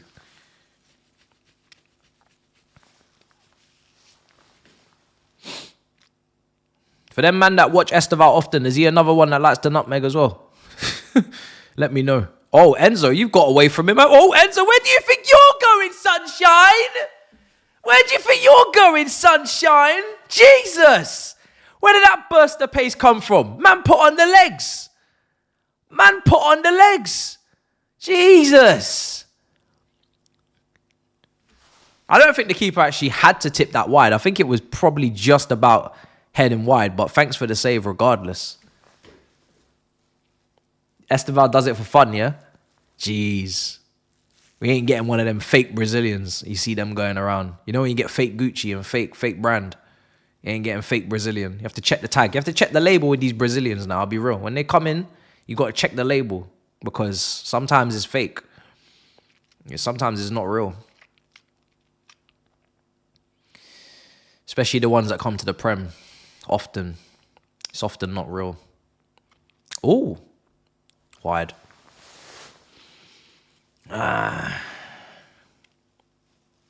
Need that second goal now. We're having a lot of fun. We don't want to get ourselves into a position like we did against Crystal Palace. That's the only thing that's in the back of my mind when we're not 2-0 up in a game like this. We need to get that second goal before half-time.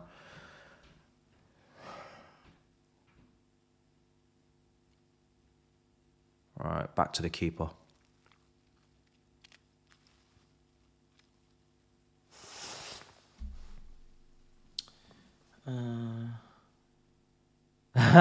I don't know, bro, why I get these random super chats about darts and skiing and all sorts of stuff. It's a trend. It's a new trend that started. People asking me about these Norwegian sports because they know I don't want to hear about it because I just want to talk about football. Or I'll talk about F1. Well, the F1 season's obviously not currently on. But yeah, Ingrid and that. It's become a thing, and it's really annoying. It's really annoying. There's always something. I've clocked. There's always something. We had Matits. That was trending for a while. That was in every chat. It's still there, but in moments. And now we have Ingrid.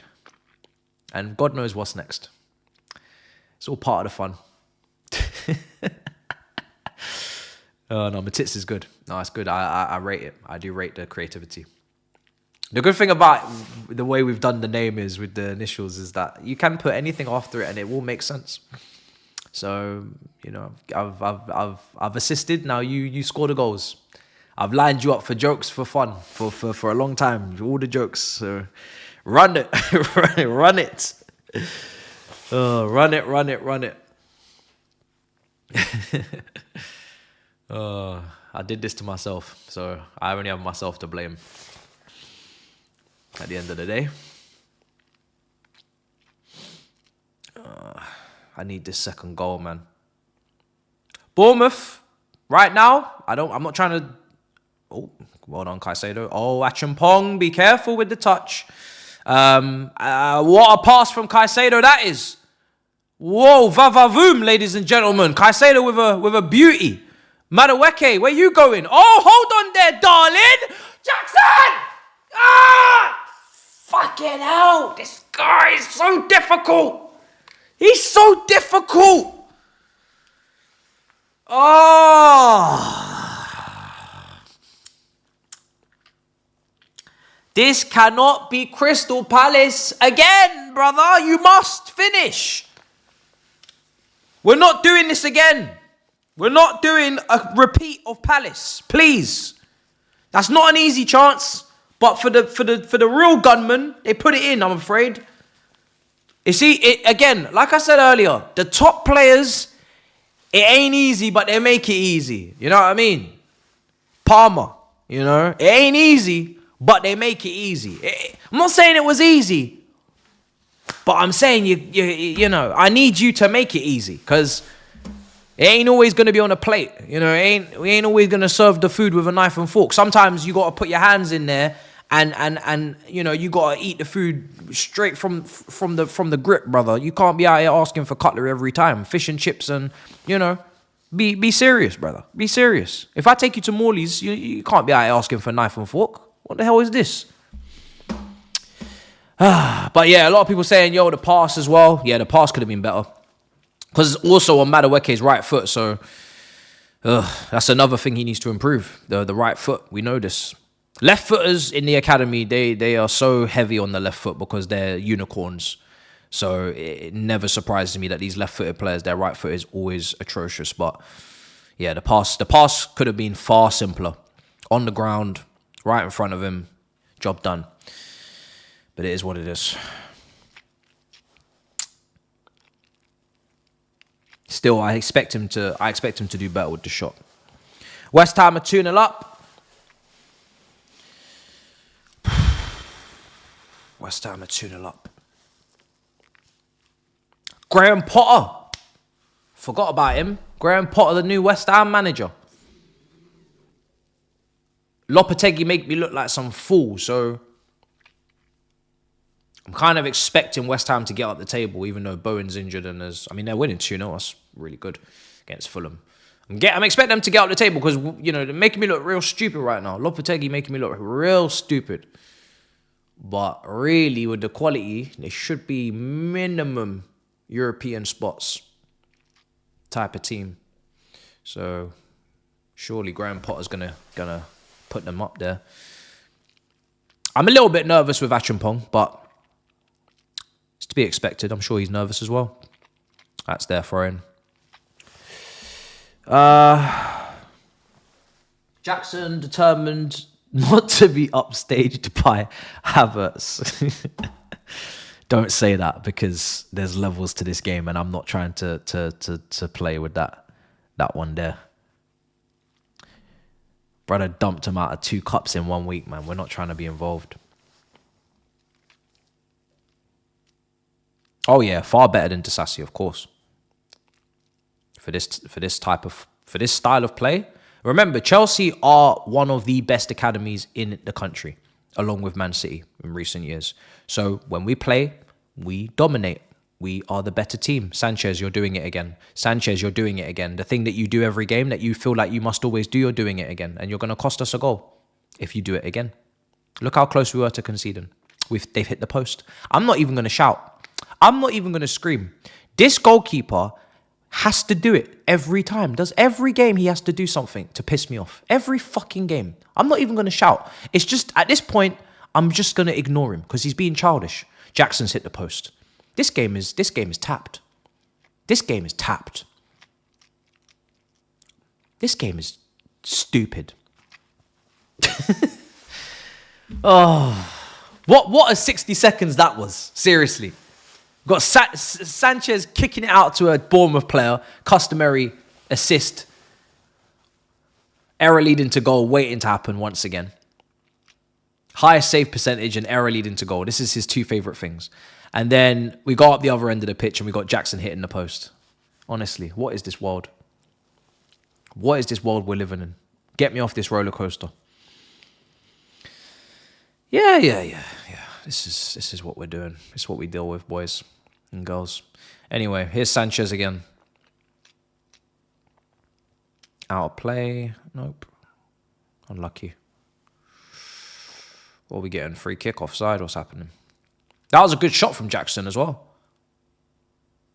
If he could add shots from distance, that would be great. That would be lovely. I saw a goal from Sesko over the past few days. I'm sure you all saw that goal as well. What a damn rocket. What a damn rocket. That was Adriano on Prevolution in 2005. So, yeah. I need that. Here's Palmer. Apparently, there's a goal at the City ground, but I'm going to ignore it for just 2 seconds because we're attacking. Palmer, saved. All right. We need to go 2-0 up because we are creating a lot of opportunities. We are testing their keeper. We just need... Oh, my God. In the last 34 minutes, there's been a here we go that I just did not even hear about from the chat. Kolo Muani to Juventus, here we go. Loan until June. PSG, no buy option, has accepted proposal and goes. Well, that's random. Didn't see that coming.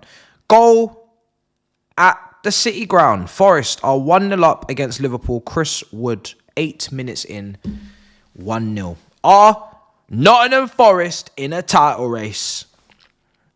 We're going on a title charge. Are Nottingham Forest in a title race? This is a question that you're going to hear soon. And yeah, we already heard it a lot when we were near them. So Forest fans, be prepared to answer questions if you're around. Can you imagine Nottingham Forest in a title race? That's crazy. Hudson-Odoi, I wish you all the best. Ola Aina, I wish you all the best.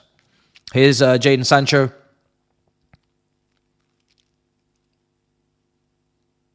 Palmer, corner. This is really good, man. We need to get this second goal. 5 minutes till half time. We're playing well in terms of the attacking side. A couple errors in the defense, but we ignore. We are cooking for a second goal. Let's get this second goal. So obviously, this season. Let me ask a question, all right? It's coming from a place of love. This season, we are not in a title race. This season, we didn't expect to win the league. We're all comfortable with that. We understand that. We said it. But if Nottingham Forest win it, does that look bad on us? I just have to ask because I feel like it looks bad on everybody. So surely it looks bad on us as well, right? It looks bad on everybody. If Nottingham Forest actually won it with Chris Wood up front, yeah, no, low-key does. It's not something to panic about because they're probably not going to do it. But I'm just asking because, yeah, I feel like I have to ask. Does it change the way we evaluate our season if Nottingham Forest win the league? Like, I don't know. Yeah, I feel like it's not good. I feel like it's not good. I feel like a lot of people are in trouble. We're not in trouble because the manager is definitely not in trouble for not winning the league in his first season. But I feel like a lot of people are in trouble. I feel like if that happens, people have to be looking at themselves thinking, yo, what the heck has happened here, bro? Like, what? How have we allowed that to happen? Seriously.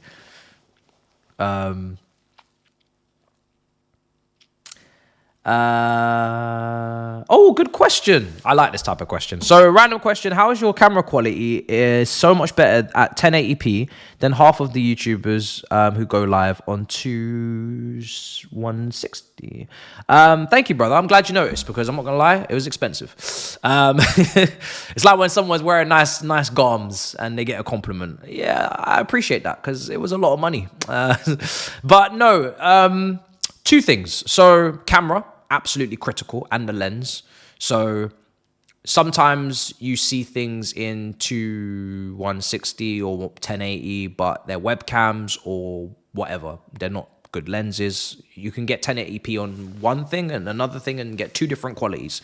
So the camera is absolutely massive. The lens is massive. that's why I invested in it. And I highly recommend YouTubers do, because people are looking at you and you need to look good. And just, because it should make you feel happy to see yourself in 4K. I'll be real. If you look good, it makes you feel good. So the other reason is OBS. And that's why I don't use StreamYard anymore. And that's why when I read out your super chats, I usually just read them and I can't flag them up, because OBS is a pain in the ass to put up super chats, because you have to do like 10 different things. But as we win a corner, OBS allows you to stream clearly without any extra shit on top. And StreamYard and other streaming sites have a filter or a layer, not a filter, a layer of shit on top from their software. So it ruins the quality. So I said, yeah, bye-bye. And that is it. That is it. Riverside is another good platform, actually, in terms of streaming if you're a new content creator. There's lots of content creators using Riverside. No plug, no ad. I use it for All You Can Eat Chelsea. I'm not sure about streaming off there just yet, which is why we've been doing the pre-records, but the quality, you can extract the files in 4K and you get really good quality. Even if someone's quality is not great, they can up it. And we almost scored. I am so close to just throwing the towel in. I can't do this with you. I have backed you. I continue to back you. I will continue to. But you are driving me clinically in fucking sane, Jackson. You really are. You're driving me insane. And I need you to stop. Because I don't want to be hospitalized. I don't want to be put into a facility. I've got a lot of work to do. We've got a lot of videos to shoot and a lot of streams to commence with. But if you are going to continue to keep doing this shit, I am going to be in big trouble. We are going to be in big trouble. You can't keep gasping. Stop gasping, brother. Lock in. You need to lock in, bro. These misses are costing us points. It happened at Palace and I cannot have it happen again today. You're really stressing me out now. It's not funny. Stop this shit. These are tap-ins, bro. Fuck. You couldn't get any closer to the goal. I don't even want to check our XG for this half. We are creating by the truckload. We just creating and creating and creating. We can't stop creating. You got to put the ball in the back of the net. John Obi Mikel is going to get his mic on his podcast with his co-host and he's going to dunk on your head top. John Obi Mikel is going to have his way with you. He is going to cuss you in Yoruba. I swear, John Obi Mikel, he's gonna move mad. He's gonna move mad. Oh, I pray that this is just a joke and he's gonna score in a minute, because this is just ridiculous. They're on a plate. Like, all you got to do is just eat, bro. Just eat. I'm feeling sorry for the rest of the team right now. They're playing well. And the annoying thing about the situation is, and I keep saying it, is that he gets the chances. So that, credit to him. He gets himself in the right positions today. He's making the runs, you know. So that's good. But we don't have someone to come on. And I've asked this question on previews for like last 3 out of the last 4. If he's having a stinker, if he's playing poorly, what do we do? And obviously the answer is now bring on Mark Guew. And it's like, I don't really think he's ready. But at this point, we don't really have a choice. If we get to the 60-minute mark and he's missed another 2 of these, he's got to come off. Meritocracy at the end of the day. You've had your opportunities. You didn't want to feast. So we got to make a change, because I can't keep watching this all match, you know? Even though your assist for Palmer was fantastic. But you're undoing your good work because you're just missing so many sitters. So at some point, we're going to have to trust Guew in front of goal and just pray about 2 things. Because obviously Guew against Morecambe had 11 touches or some shit. Like, he didn't even get him. He wasn't involved. So my concern is that because he's not as good as Jackson as a footballer, he doesn't have as many chances because he doesn't get himself maybe into the positions or whatever. And he's just purely reliant on pressing and mistakes. And that's the flip side. We might not create as much, or he may not get the chances that Jackson gets. So I don't know, man. It just pissed me off. I just need people to just be on point. just be on point. Lavia's balling out. In damn right, indeed. Astrid clearly got Jackson lower half messed up. Damn. Damn.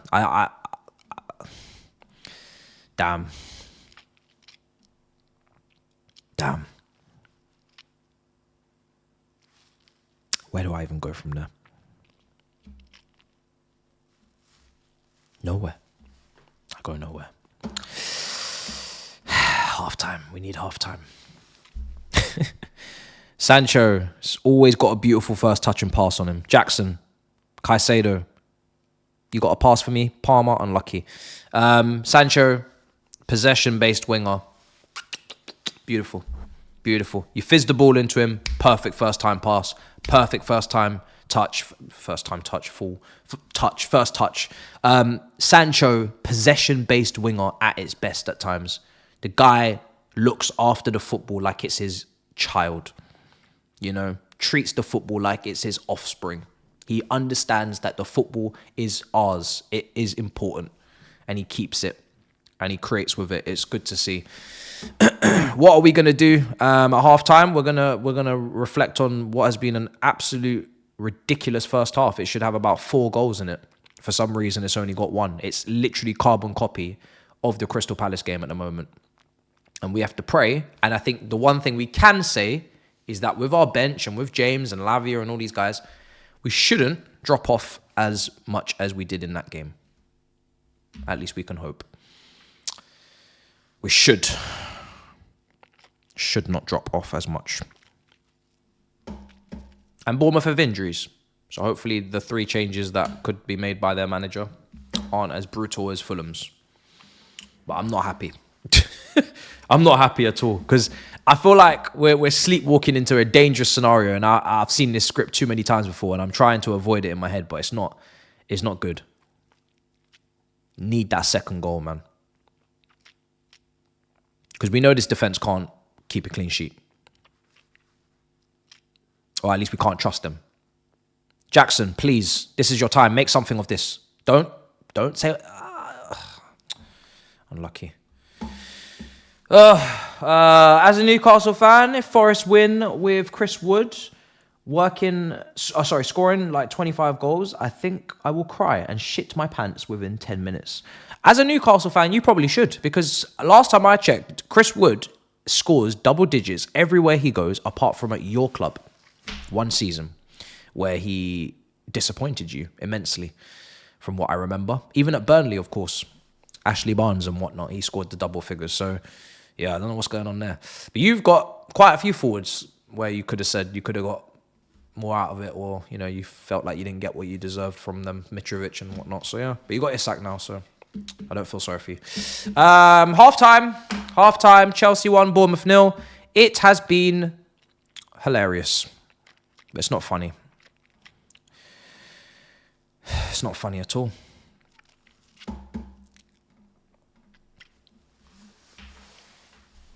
Jackson in that half. Nicholas Jackson. Actually, I'll say your full name because it has got to that point. And I might even bring your middle name into this if you carry on. Nicholas Jackson has demonstrated in that first half why people like him and why people do not like him.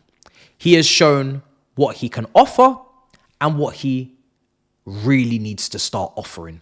He has shown good, the bad, and the absolute ugly. He has given you the full range Nicholas Jackson package today. And it's so annoying because they're not difficult chances. They're not, you know, Luis Suarez in his prime. We need the most incredible individual brilliance you could ever believe. No, these are just good opportunities. We're creating nice opportunities for you, and you are taking the piss out of us. You've assisted. So I want to praise that. I want to praise the hold up, the ball control, the strength, the in-game intelligence to see the run and to play the perfectly weighted pass. These are the things that I want to keep telling people. Look how good he is as a footballer to do these things.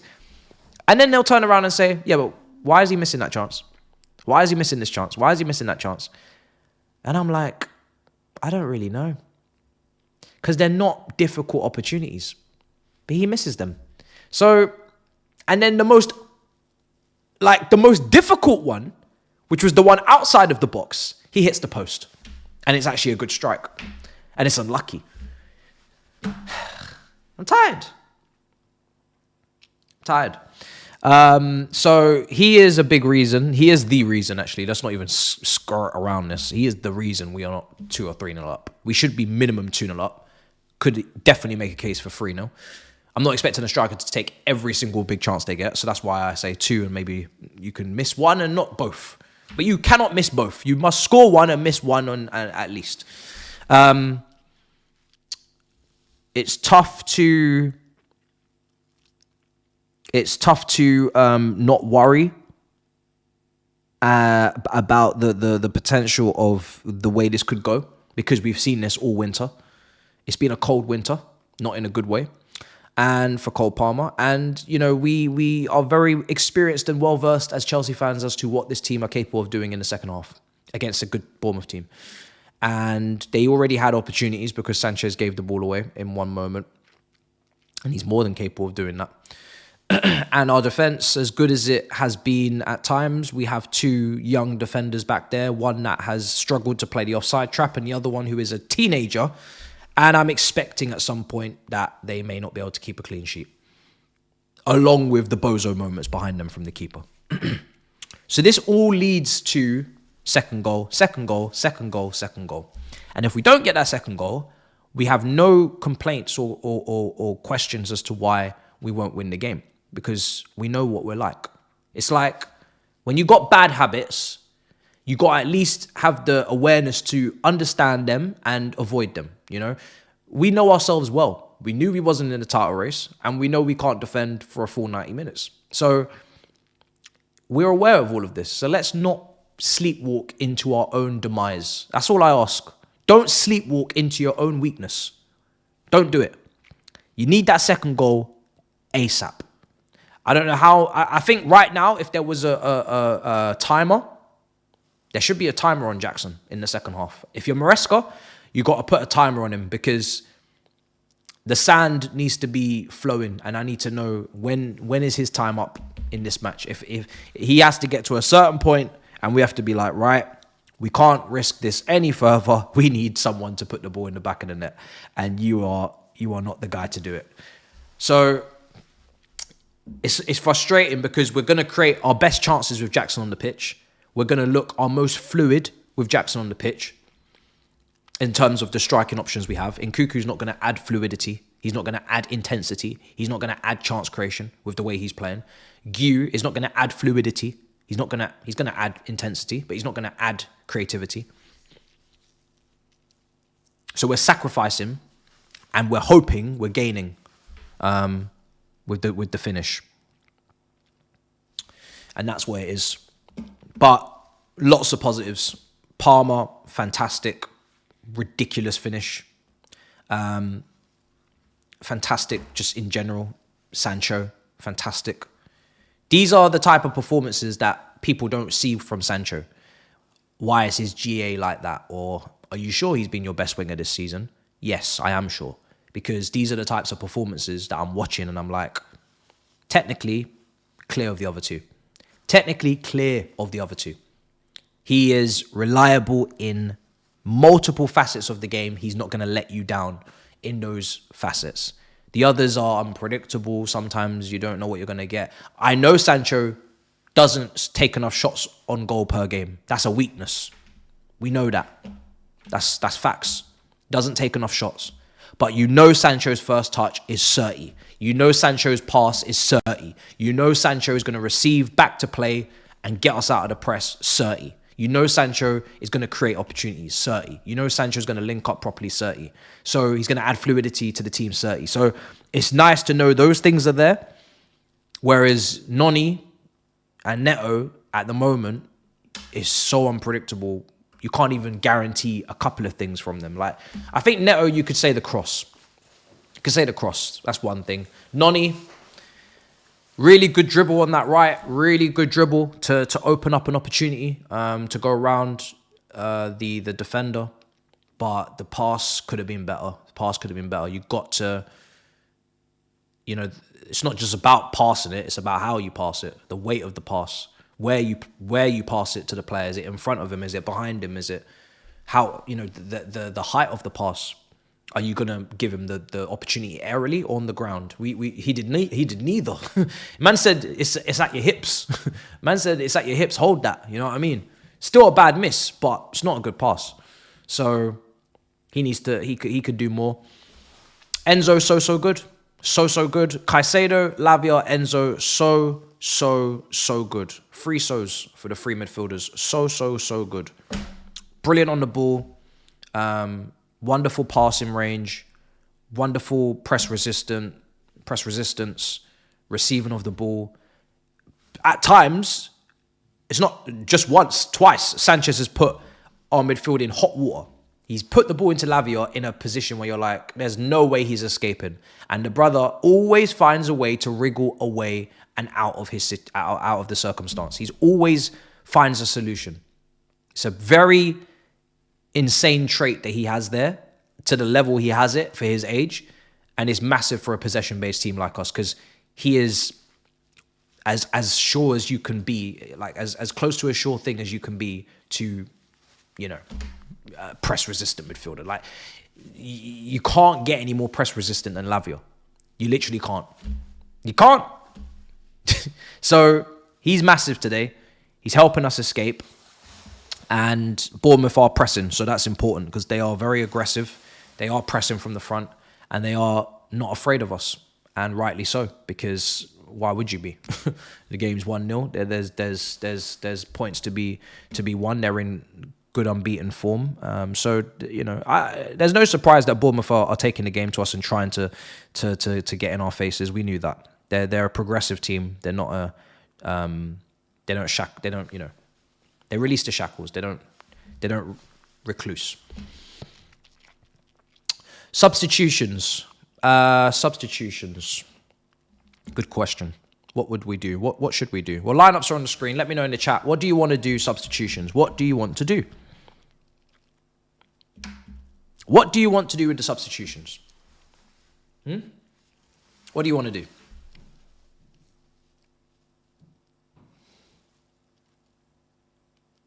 We can, assuming Lavia can't do 90 minutes, that's a problem that will need to be taken care of in the second half. Probably gets taken care of by Caicedo coming into midfield, Reece James coming on, and I don't know if the manager wants to put Reece James at right back with Achampong at centre back, or Reece James at centre back with Achampong at right back. I don't really care. I'm assuming it'll be Achampong staying where he is. But maybe not. I don't know. Because they both could make a case to play both positions at this point. So it's not like Reece James is going to go up and down the flank anyway. It's not going to happen. So that's one thing. I don't know. It's difficult. It depends if he's inverting Cucurella and all sorts of things. If he's playing a flat 4, I don't know. You wouldn't really put Reece James in the middle of a back 3. So, yeah. That's one thing to look at. So, no update on the Christopher Nkunku deal. No update. People are saying he agreed personal terms with Bayern Munich, which is not a surprise, but they actually have to pay, and we apparently want 60 million, and we're not going to get 60 million. It's another situation where we are trying to inflate the price of the player that we do not value, or we cannot find space for. So same as Chukwuemeka, etc. It's not going to happen. Most you'll get is 50 million, in my opinion. 45, 50. You'd be lucky. You'd be happy with that, especially book value. But anyway, so yeah, Lavia James is a simple sub because James could definitely help us see out the game, and Lavia can't do full 90. And after that, you're looking at Nkuku's head is in the clouds. Ronaldo Vega's head is in the clouds. So I've got 2 players on the bench that don't know shit about what they're doing in their life. And then I've got Gu for Jackson. I've got Felix, who can only come on for Palmer, as the manager said. And Neto is an obvious option for Madueke or Sancho. So yeah, I wouldn't bring Gusto on over James. I think James obviously should help us see out the game better than Gusto. So yeah, that's really it. That's really it. Those are your options. Those are your subs. I don't think he'll make any right now, and I'm not mad at that at all. I don't think I'd make any subs right now because we are playing well. However, if we aren't 2-0 up inside 60 minutes, 65, let's be proactive. Let's get it go. Let's get it going because we don't want another repeat of the Palace game. We don't want. I'm happy to give these guys another 15, 20 minutes. You know, go out there. You've had your team talk. You know the situation. I've shown you the Palace tapes. Go and get the second goal. But don't piss about because after that time period, I'm expecting movement. You know, because whoever's not on it needs to be off. We can't take risks. We need to win. But yeah, Reece James over Gusto for sure. Airily, that's airily is enough of a reason to go with James, you know. Any set piece and stuff like that, he's more helpful.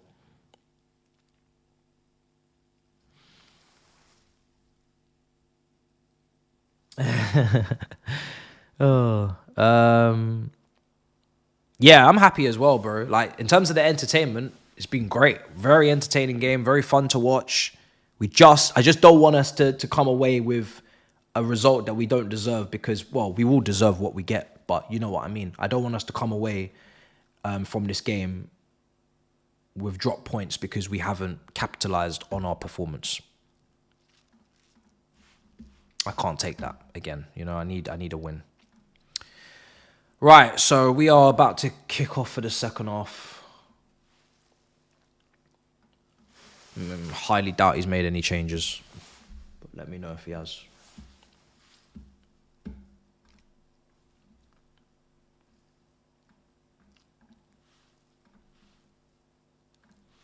Obviously, the review comes out straight after. And then we move. All you can eat Chelsea was going to be tomorrow, but it's not looking possible with schedules, unavailabilities and that. So it will be pushed maybe to Thursday or Friday. We don't play until Monday, so we do have plenty of time, to be fair. We play Wolves on a Monday night, people. Don't forget. Monday night. No game on the weekend.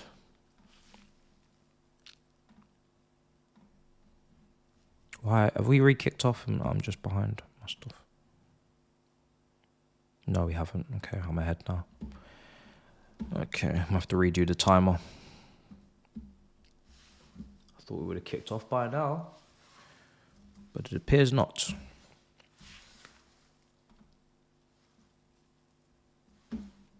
I'm not on Inside Chelsea this week because the schedules clashed on that.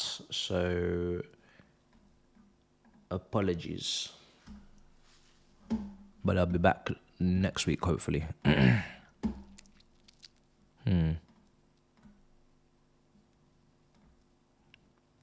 I'm going to reset the timer. Okay. Oh, am I going to be off now? Yeah, we should be alright. Alright, we're back. Let's get the second goal.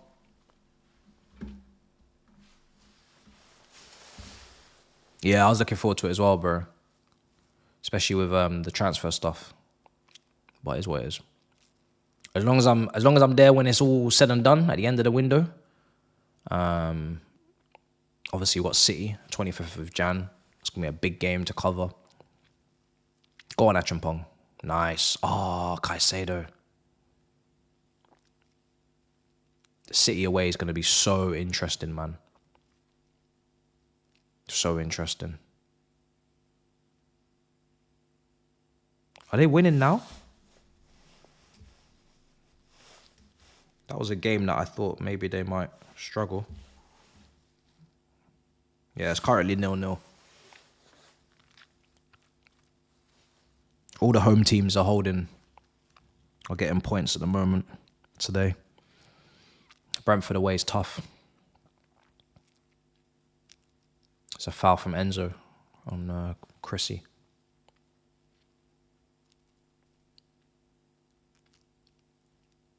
Yeah. Yeah, no need for subs just yet. You want to give...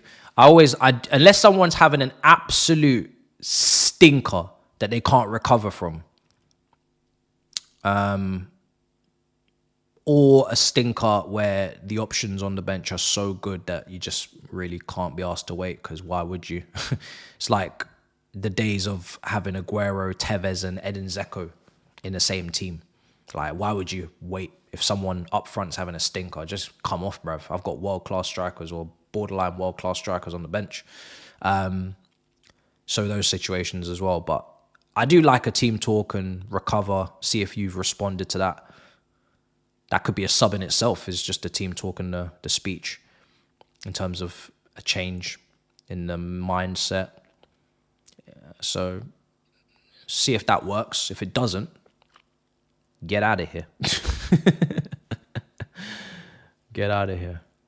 Thomas Tuchel's watching? Oh, lovely. He's obviously watching because he's England manager, so he's now checking up on Palmer or Colwell. These guys. Oh my fucking God, have we just given away a penalty? I might actually end it. I might actually end it here.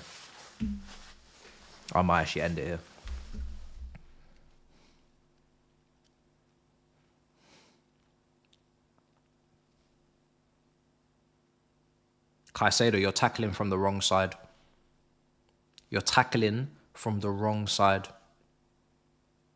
Oh my fucking God. You can't win the ball there, bro. It's impossible. At that speed, you can't win the ball. It's obviously a penalty. You're tackling from the wrong side.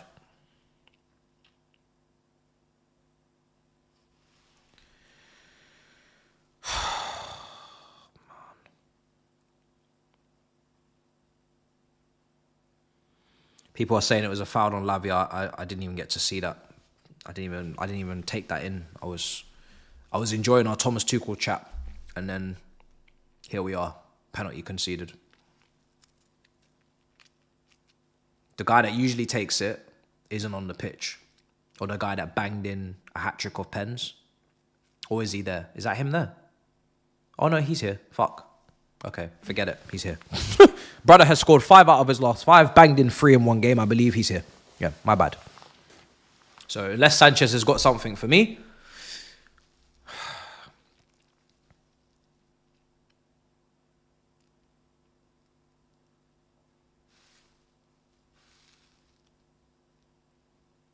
he does not. Brother. 1-1. Usually when we concede after failing to score in the first half, it takes a bit longer than that, but we decided to get it out of the way early today.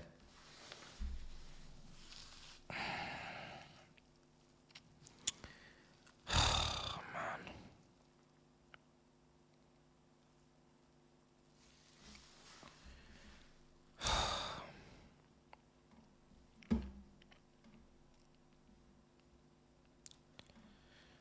We really are the enemies of our own progress, you know.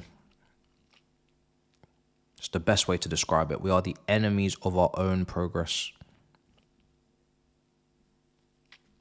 We make life so much more difficult for ourselves than it has to be.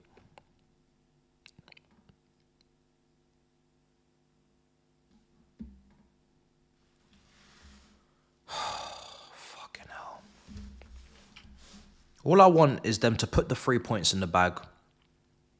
Just put the 3 points in the bag. That's all I ask. Put the 3 points in the bag. And they can't do it. They cannot.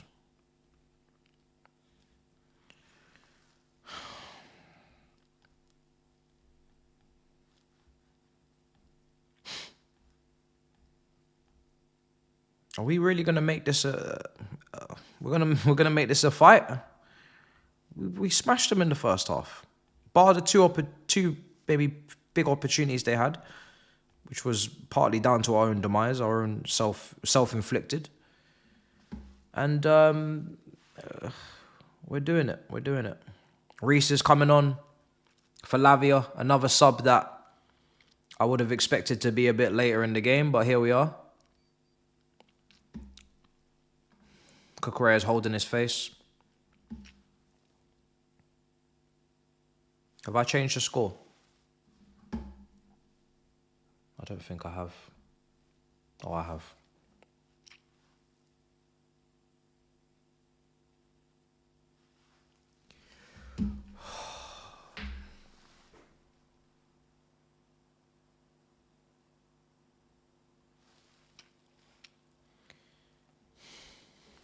I just feel like it's going to be a really long game now. And I hope I'm wrong. People are saying defo red on Cucurella. See the replay. You've punched him in the face. No VAR. No. Are we going to check that? VAR? We're going to use the technology, ref? Maybe? Yay, we're going to use the tech. Well done. We're using the technology. We didn't use it when Liam Delap was diving 2 games on the trot, but we're using it today. Yeah, boy. Using the technology. I'll be honest, a red card, it should help us. However, I'm not celebrating the red card, if you know what I mean. Red card means naturally Bournemouth go into a shell, they go into a shape, they become low block, they become much more rigid. We've had a lot of chances with the 11 men. They've been open with the 11 men. We've had fun with the 11 men. I don't really know if the 10 men is necessarily something I'm trying to see. However, for the sheer fact that it's meant to be a help and not a hindrance, I'll take it. But I'm just trying to say, I don't know how many more clear-cut chances we can create in this game. In the first half, you know, how many more chances do you need? So I want to just preface that because 10 men is not always a fun way to play. But let's see. Let's see. But in terms of justice, I hear you. It's a red card. And I really don't know what we're taking so long. Has he said red? He's given a yellow, hasn't he? Of course he has. Oh, why do I bother?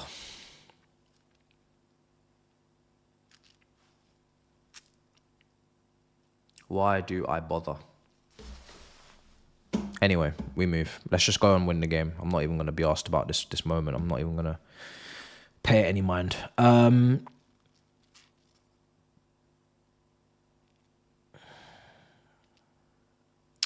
Yeah, we're not doing those type of super chats. I know you're on your edgy, funny kind of. I get you. You know, you're on your flow, but you're not gonna do those ones here.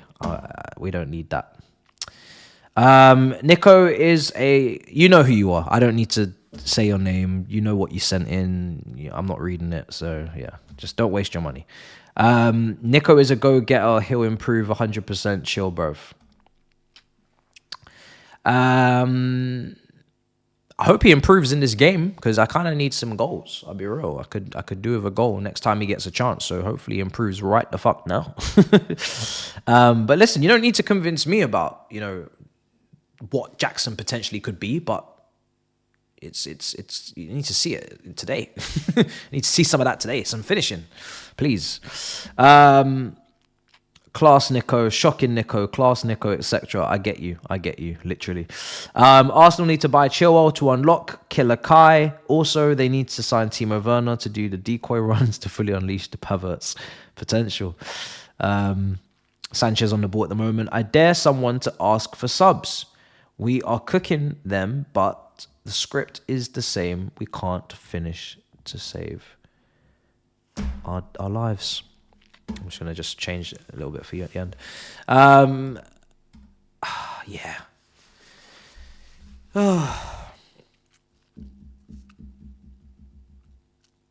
Yeah. Someone said start singing. Fuck you. Fuck you. Yeah? Screw you. Screw you. Oh dear. I didn't hear the commentary because I can't play the commentary because last time I played the commentary, you guys could all hear it and it ended up being a madness. And I'm not trying to get a copyright. So I actually can't hear the commentary, sadly. Although I'm pretty sure if I played around with the settings, I could figure it out. But I didn't have time today because we had an absolute mayhem mess of tech to sort. Jackson's shot saved by the keeper. Just as well, for some reason. Didn't seem like it had crazy power on it, and he saw it all the way, but he almost made a massive mess of that, the Bournemouth keeper. It's only just past the post. He's made a massive mess of that save. Should have been fairly comfortable for him. 6th corner now to 1. Hopefully we can get a good delivery. I don't really know who's going to get ahead on this in R11, but here we are. Palmer.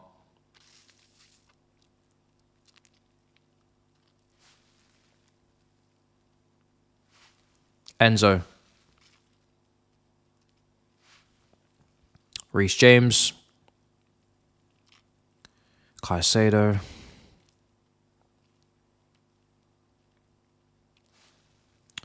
Back to James.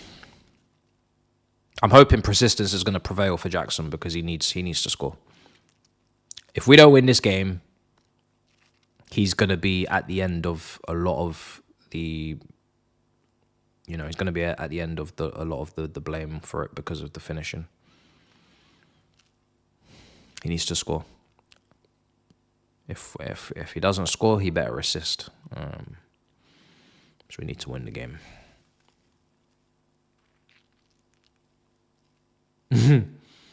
Man said I'm going to crash out.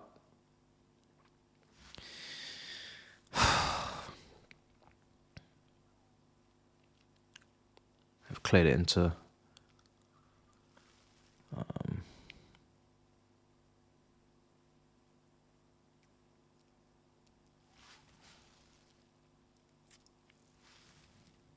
Here's Madueke. Go on. Oh, there's no one there. Oh, it's fallen to the wrong man on his wrong foot. Cucurella. Of all people, you don't want it to fall to him on his weaker foot. Madueke's got himself into some good positions when he goes all the way to that byline, but there's got to be people attacking that near post. I've said it before. Got to have better box movement, man. It's not enough. If Madueke is on that right hand side and he's gone to the right of the defender and not the left, because obviously if he goes to the left, then he might be looking for the back post cross. If he's gone to the right, you should immediately... I don't understand what you'd be doing anything other than this. If he's gone to the right of the defender, you should be immediately darting to the near post because that is the only place he's going to put it. He's not going to put it... He's not going to lift it with his right foot. He can barely pass. He's going to put it at the near post. So why are you not there? This should be second nature. If you understand your teammates and what they're strong at and what they're weak at, find your ass at the near post when Madueke goes to his right foot. Please, because I'm tired of these cutbacks not having anybody on the end of them. Or at least somebody trying to take shots off the end of these. Standing at the back post and Madueke is on his right foot. What kind of foolishness is this? Seriously.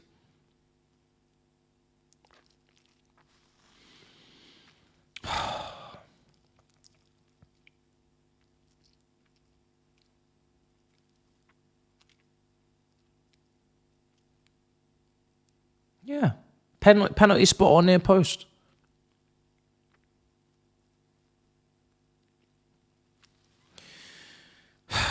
Our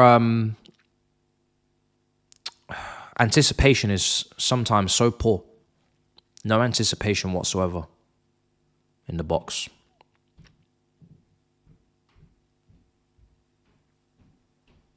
Taking it short, Bournemouth. Jesus fucking hell, they're around the back of us now. Oh my goodness, we almost conceded.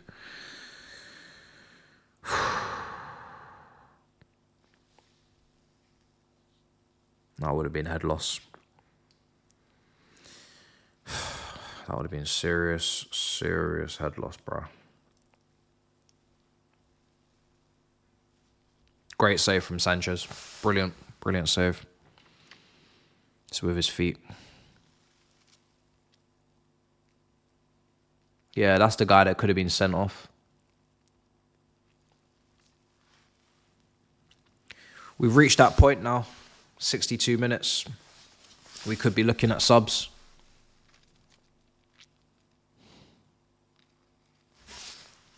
Colwell's down on the ground. Well, to be fair, he has made one sub, forced maybe because of Lavio.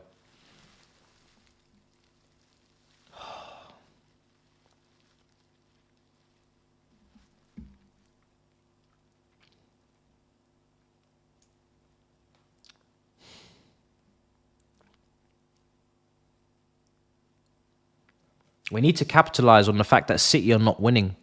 They are top 4 contenders with us. I mean, they're probably going to make it anyway, but they are in the top 4 race until it's done.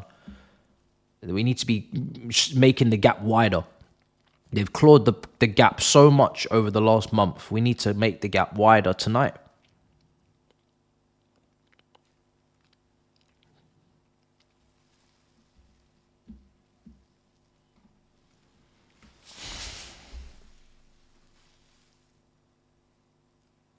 You got to capitalise. Yeah, Brentford, they're doing well. Have they just scored? Oh my God. No, it just hammers the point home even more. So Brentford are winning 1-0 against Man City now.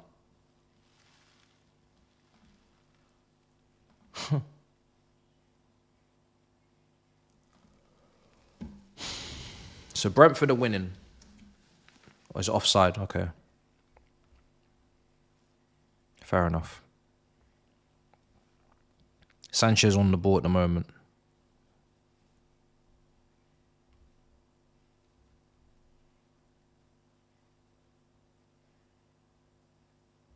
Achampong.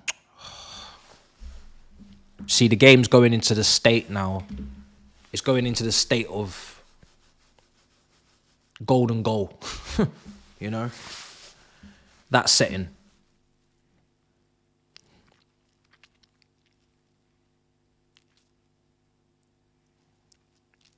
It's gone from a 70, 80, 20, 10. Sorry, 70 or 80% control, domination, should win in the first half to now, second half, we're looking at 50-50s because the nerves and all that stuff is going to creep in, and let's see who deals with it better. Madueke, right foot, corner. So Palmer's going to take. City are winning 1-0. Okay, that's great. Fantastic.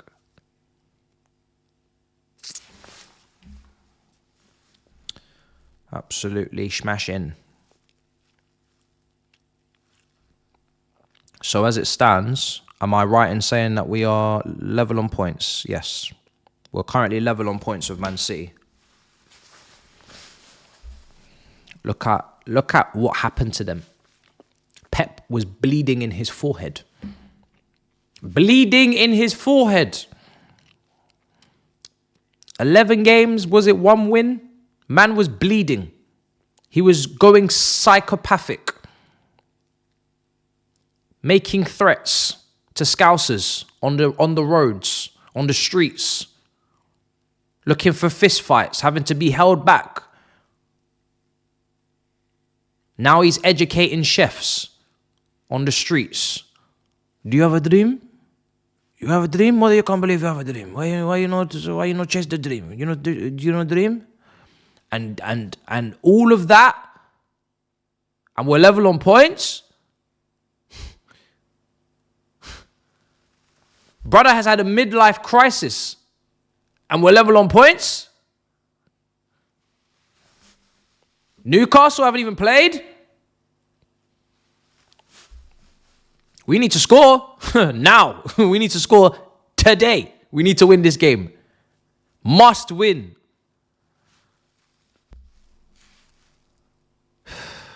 Palmer's fading a bit. Palmer's fading. And he has faded in other games. We really need to find a higher power right now and pray, because this is getting very sticky. God forbid if this gets any worse. But we did say in the first half, we are not keeping a clean sheet. Doesn't really matter why, how, we're not keeping a clean sheet. So unless you get the second goal, you're not going to win the game. Here's Bournemouth. Oh my fucking God! Oh my fucking God!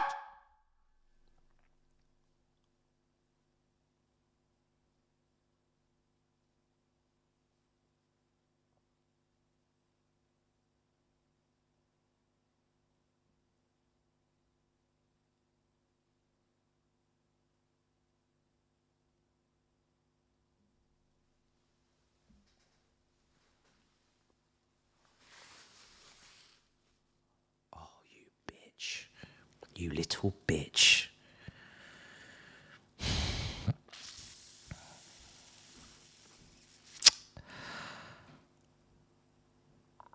I need to breathe because this is bad. This is so bad. This is so fucking bad. Oh, we're level on points with Bournemouth. What a fucking strike. Where the fuck did he find that finish? That was prime Sergio Aguero. That was Joe Cole against Manchester United at Stamford Bridge in the 1-0 win.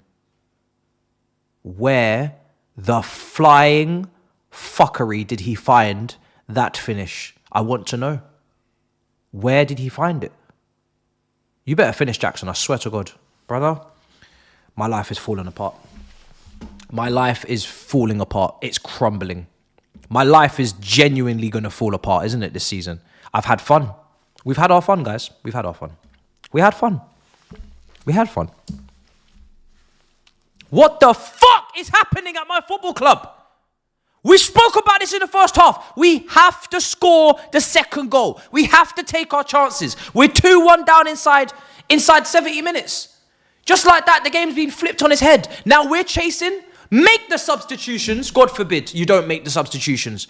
Oh my God. I can't believe we find ourselves in this predicament.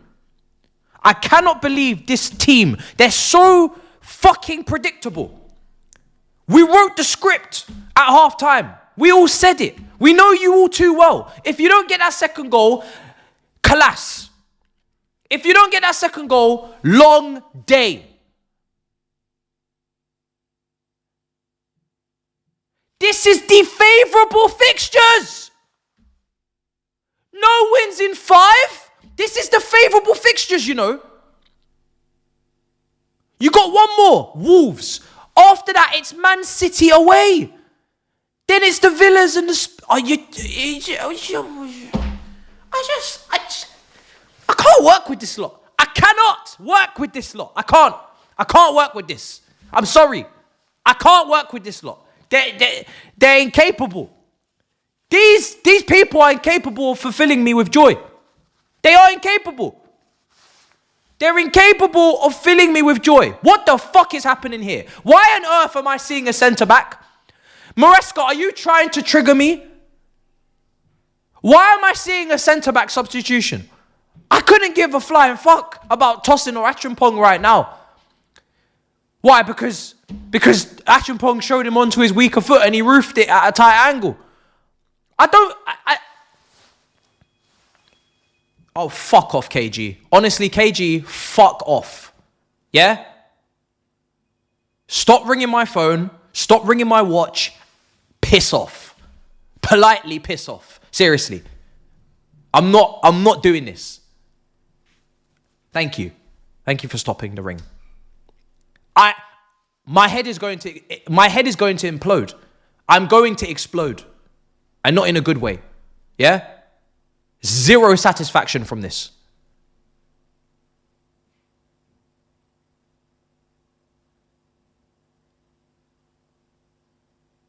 We had it. We had the game. We're throwing away the game again. We did this against Palace. We're doing it again. Is it a fetish? Do you lot get a kick out of this? Is this a kink?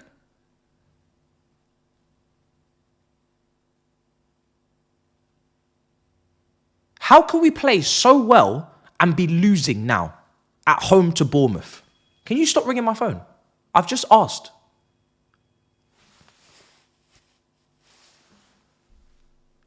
I don't want to talk to you, KG. I don't want to talk to you. In this time of need, I don't want to talk to you. There's nothing you can say to me. There's nothing you are going to say to me that's going to help right now. Nothing. You have nothing to add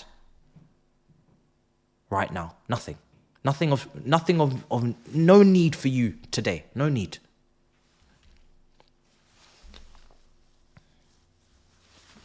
Top 4 is very much a fight for our lives, ladies and gentlemen. It is not over until the fat lady sings.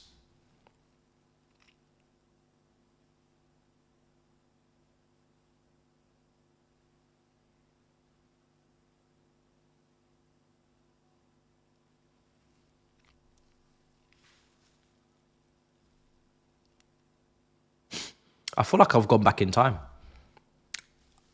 I thought we left last season behind us. Why am I getting back into this?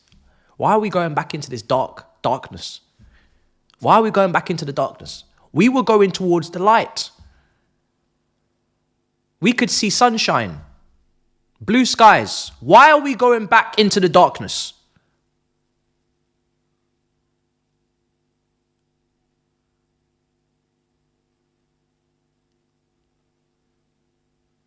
What do we even expect in the last 18 minutes of this game?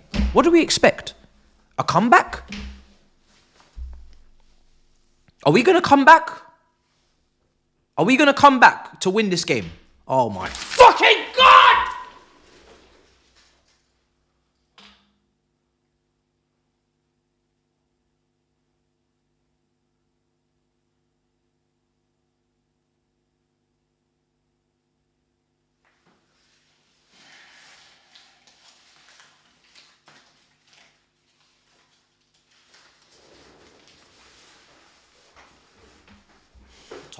Tossing. I'm not in the mood for these fucking misplaced touches right now. I swear to God, I'm not in the mood. You come on because you're meant to be locked in. You're an uncle. You're an unks now. They call you fucking unks at training. Unks.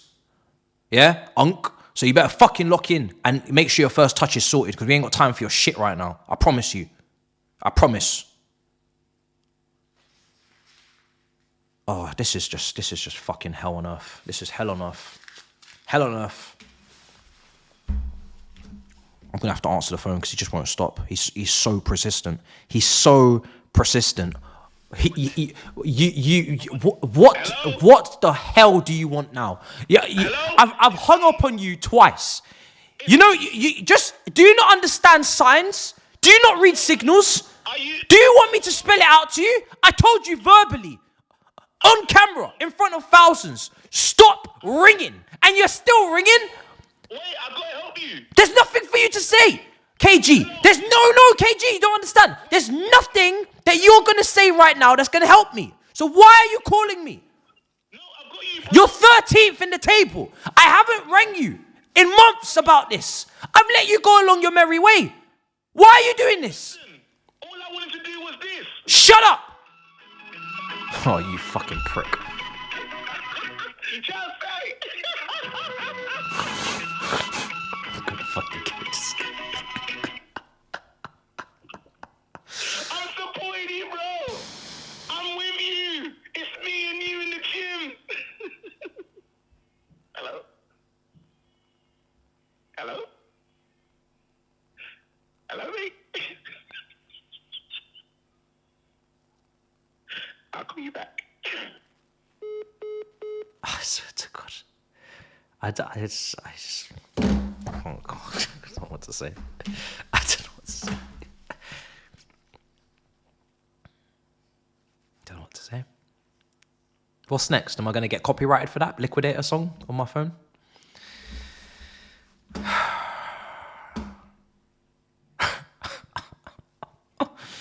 Oh, I feel like I've been stabbed.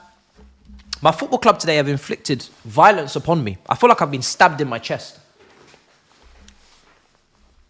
Oh, the fucking misplaced passes just keep happening. We are faltering, guys. We're not getting any better. We're not improving. We're not banging on the door. We're not creating. We're misplacing passes, misplaced touches, bollocks after bollocks after bollocks in this match. This is going one way and it's going the wrong way. South. Yeah? It's going south. We're going south in the table and we're going south in this football match. There is no upturn of performance since the second goal. Pure and utter shit. Constant shit is what I'm witnessing. Why don't you just take an absolute dump on the pitch at this point? Just take a shit on the Stamford Bridge pitch. Just do it. Because the way you're playing, you may as well. You may as well just take a dump on the pitch now. Take a shit on the pitch. You may as well. Just take a shit on the pitch. Make your intentions clear. Mark your territory. Because you're playing like shit. Oh my fucking God! These guys, every fucking pass is misplaced. Every fucking pass is misplaced. Are you not colourblind? Can you not see? Can you not see who wears blue and who wears fucking red and black? Are you not blind out of your... I don't understand. I don't understand the drop-off. We've got options on the bench. We have depth. We have depth. Conference League depth. Quality in the squad. Depth, guys. It's been tested against Panathinaikos and fucking Asthma Attack. Why the fuck are we dropping off with all this depth, with all these options, with all this quality, with all this absolute elite level fucking recruitment? Why are we dropping off again in this game against an injury-stricken, Evan-Nilsson-lessness fucking Bournemouth team? They are missing like 10 players. This Bournemouth team, go through their injuries now. If you haven't already, go and check Bournemouth injuries. Go and check. They are missing so many fucking players, and we are still losing to them. We have no injuries. Who's injured? Who's injured? Some defenders. Badiashile and Fofana. That's it. That's what we're losing to Bournemouth, with all of these options on the bench. Nkuku, Felix, fucking anybody, Dewey, everybody's on the bench. And we're losing comfortably now because the second half's just been an absolute fucking atrocious effort. It's been an onslaught from Bournemouth. They're dominating. We've cracked under pressure. We can't pass. We can't connect shit. We can't create. There's no fluidity. There's no nothing.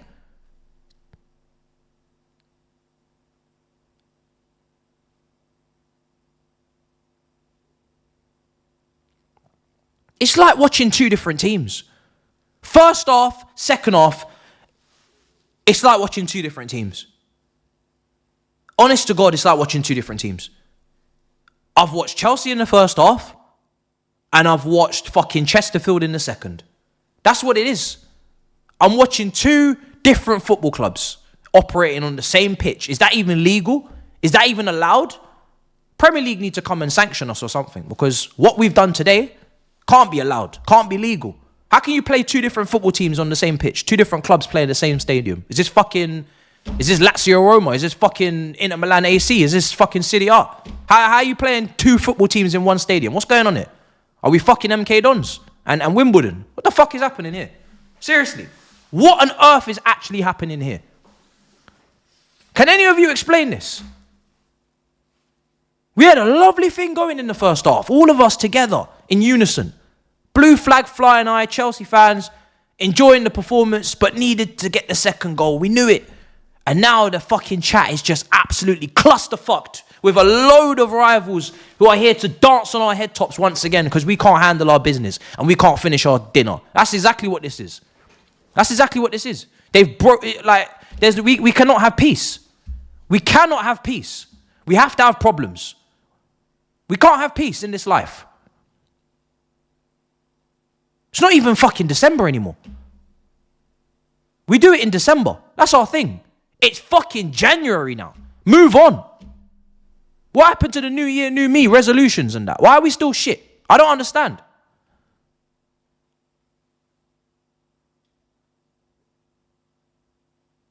Honestly, blow the whistle. Blow the fucking whistle. I don't even need to see any more of this. I don't need to see my eyes. I'm already blind. This is the thing. People don't understand. I'm already blind. We don't deserve this. I'm already blind as it is. I don't need to see this shit. Yeah? Lock off the game, blow the whistle. I know what's coming. We're not coming back from this. This team, the drop-off is dirt. The drop-off is crazy.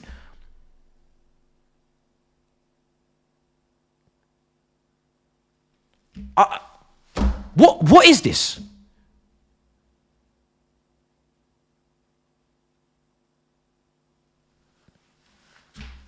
Oh, brother. I don't even know what's happened in the last 20 minutes. I couldn't tell you. I couldn't tell you what happened in the last 20 minutes. I can't see anything. I cannot see anything that is happening. Last 20 minutes, I cannot tell you what has happened. The referee's fucking fallen over now.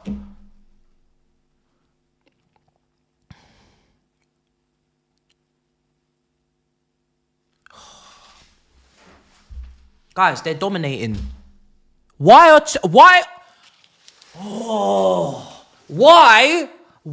Bournemouth 2-1 up at our stadium with less than 10 minutes to go and they're the ones looking to create more chances? Why is that happening? They should be parking the bus. They should be low blocking it. They should be on the edge of their fucking penalty area, breathing, gasping. They should be fucking gasping for air. Yep, they're creating chances. They're like, oh, we'll get a third goal. We'll try and see if we can get a third, maybe. A little comfortable win, maybe. What is happening? The drop-off is a disgrace, honestly. It's an absolute disgrace. Every single one of them. The drop-off in this second half, you should be ashamed. You should be ashamed. Cole Palmer, second half. What is going on, mate? You were cold. Now you've melted. Man was cold. Now he's melted. Second half, man has melted.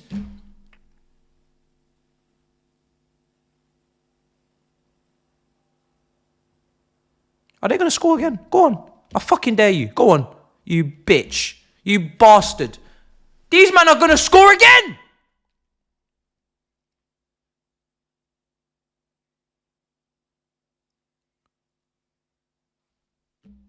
This is something else. This is really something special. This is something else. This is unbelievable. I actually can't believe this is real, to be honest. I can't actually believe we're losing this game 2-1. Like, it's going to take some time to understand. I'm actually quite shocked.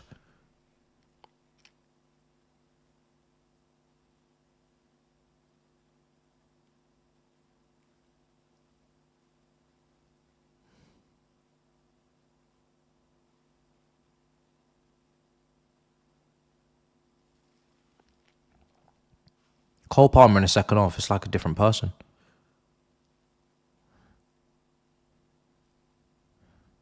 I got Caicedo giving away penalties. I got everything in this second half.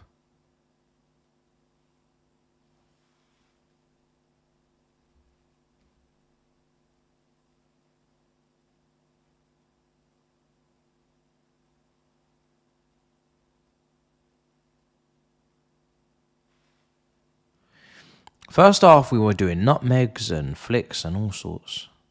And second half, we can't even kick a ball straight.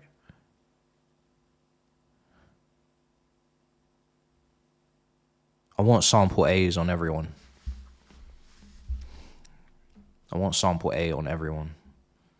And then I want sample B. It's the only way.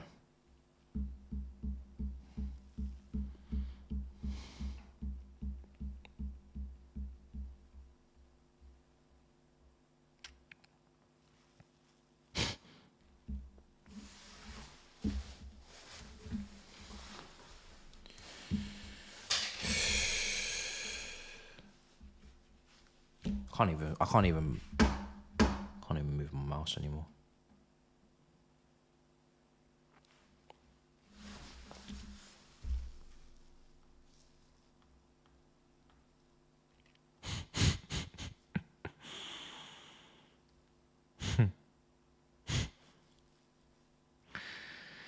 Oh, this is so fucking embarrassing.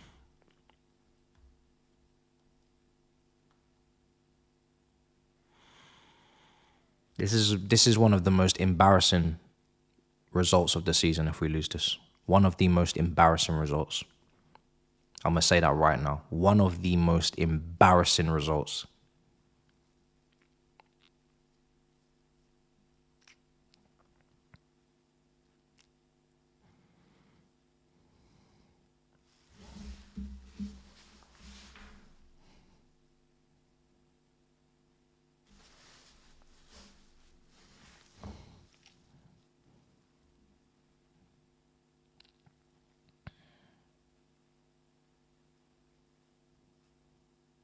No, I don't care if they're a good side.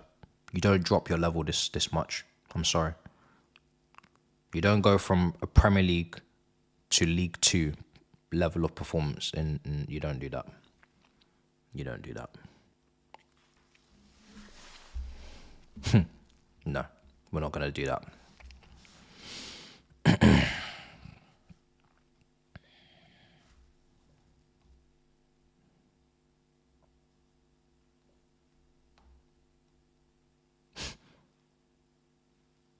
Sinistera out. Travanier out. Adam Smith out. Alex Scott out. Sinistra out. Evan Nilsson out. Kepa can't play.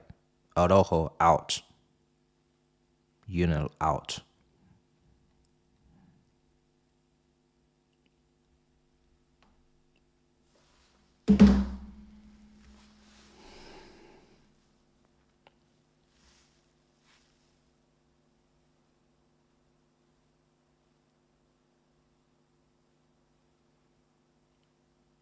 I really thought we'd win today, you know.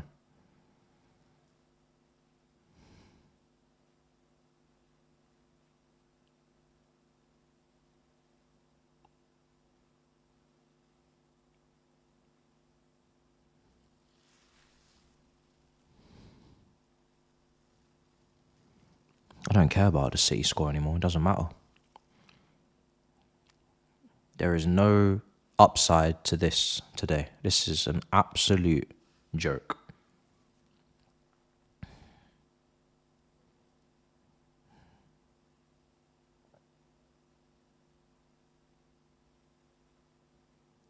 I would hate to be them, you know. I'd be real. I'd hate to be them. I'd hate to be them because I just don't understand how you're even out there right now. Kicking ball. I don't know how you're out there kicking ball.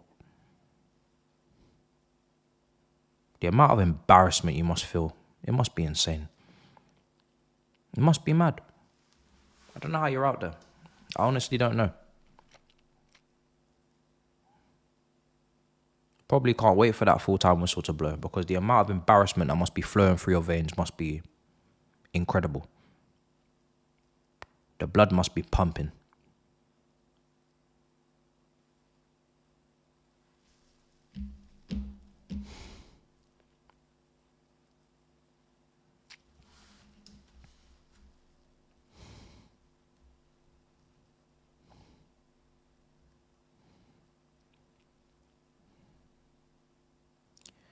Forest, you see, there's people that are looking at the City score. You should be looking at Forest beating Liverpool. You playing drafts, I'm playing chess. How many points are Nottingham Forest ahead of us now? For top 4? Because they're really taking up space in top 4. 7 points. 7 whole ass points ahead of us. Nearly 10. So don't worry about City with Haaland and new signings coming through the door whilst we still fuck about trimming the squad. Don't worry about City and Pep. Trust me. Don't worry about City. Yeah? Worry about fucking Forest because that's the last spot. Worry about fucking Newcastle, who have won 5 on the trot and 6 in all comps. Yeah? Worry about that. Don't fucking ask me about Brentford and City. Worry about Forest, who are beating Liverpool and will go 7 points clear. Thankfully, fuck, Liverpool just equalised. I hope I spoke that into existence. I hope Liverpool fucking win. Because that's how shit we are now. We're so bad, I can't even root for Forest to win that game. I now have to actually pray on their downfall. We're that bad now, I can't even be happy for them. I can't be happy for Forest. Forest need to lose that game. We need Forest to implode. It's the only way. We're that bad now that we cannot share the limelight with Forest in the top 4. We can't. It will be one or the other. Only one of us. It cannot be both. It cannot. Cannot be both. Sorry, Forest. Sorry, Nottingham Forest. But it looks like you are a problem for us now, so we're going to have to really take you seriously. People are saying offside. I don't know what's going on. All I know is I need this game to end because I can't watch this shit anymore. Honestly, I cannot watch this shit anymore. I cannot. I cannot watch this nonsense any longer.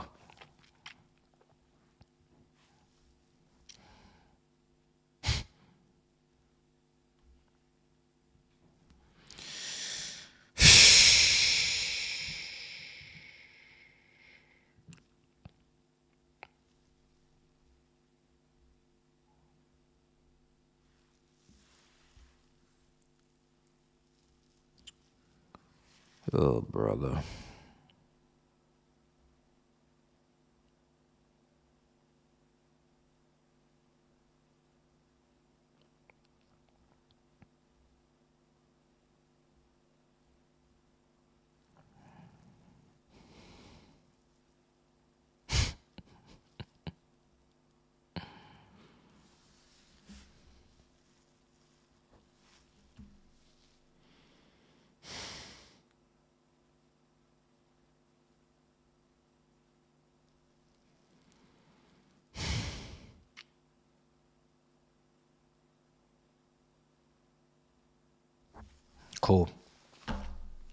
Cool. Great free kick. You got 4 minutes. Genuinely got 4 minutes because I'm not laughing. I ain't smiling. This is some bullshit. This is honestly some bullshit. Go and get the ball and go and score another goal.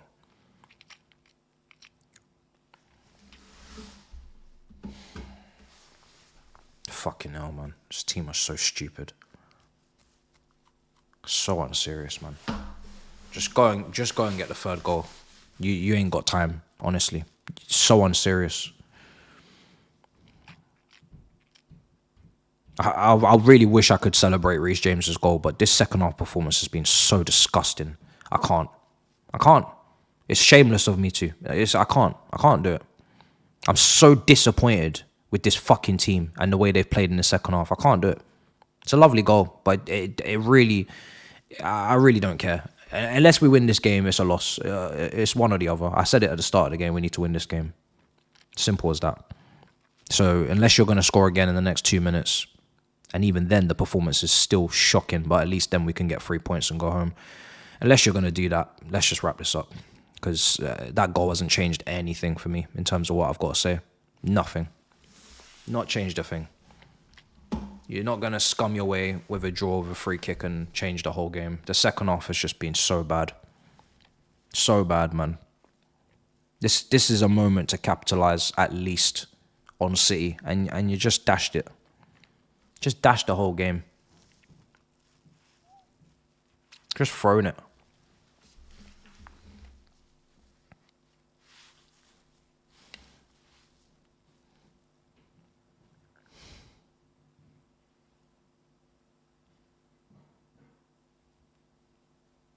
There's no win in 5 now. No win in 5.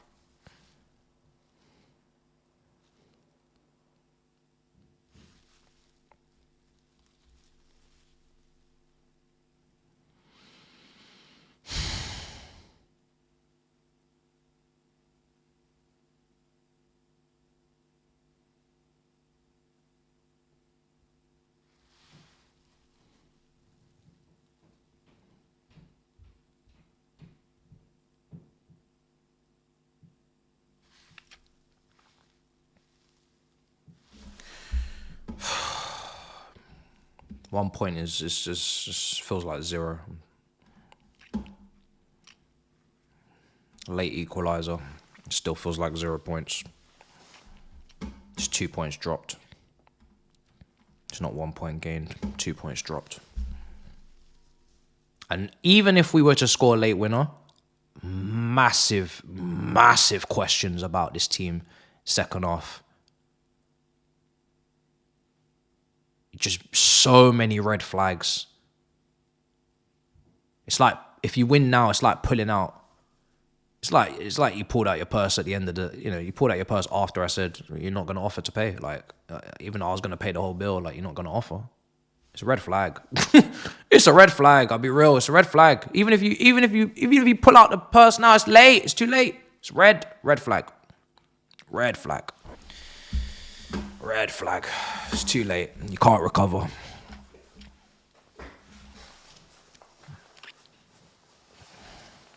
I just want the game to end. I just want it to end. Really. We've left it far too late to start trying to do this miraculous comeback. Way too late. Too late.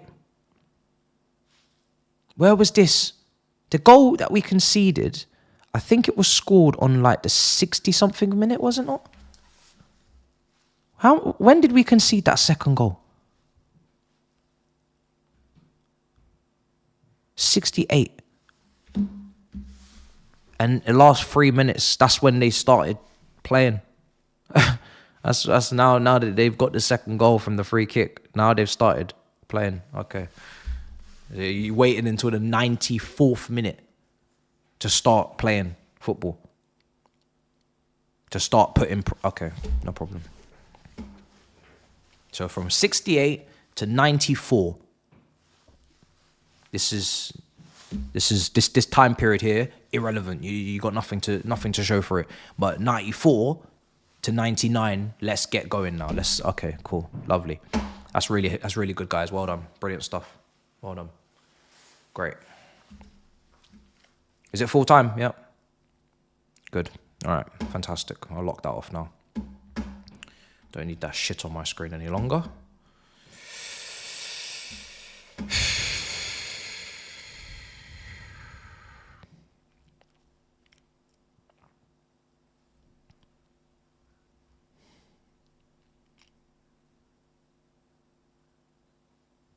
I'm really, really, really disappointed in this team.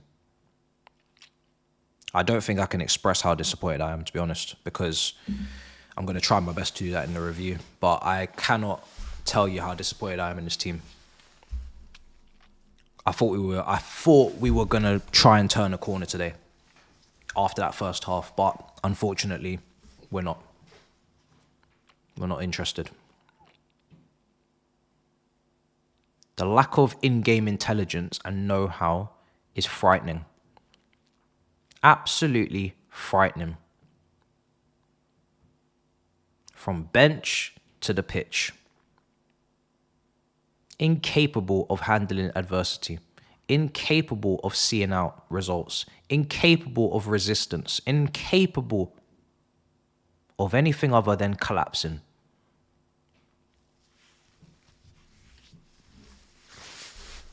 Collapse. Capitulation. That's what we do. This is our favorite thing to do.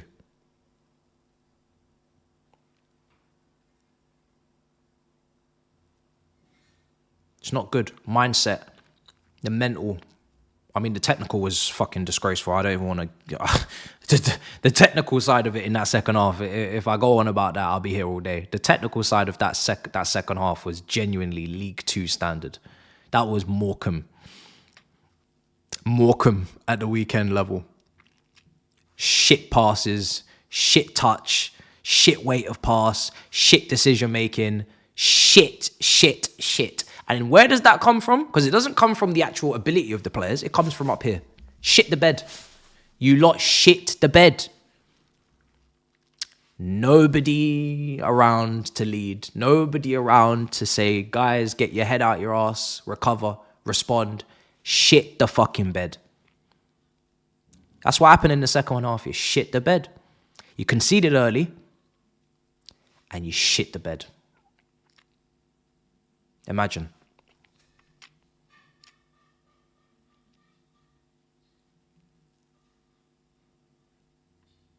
And now you've put us in a position where I think we can all sit here safely and say we are fighting for top 4 for our lives.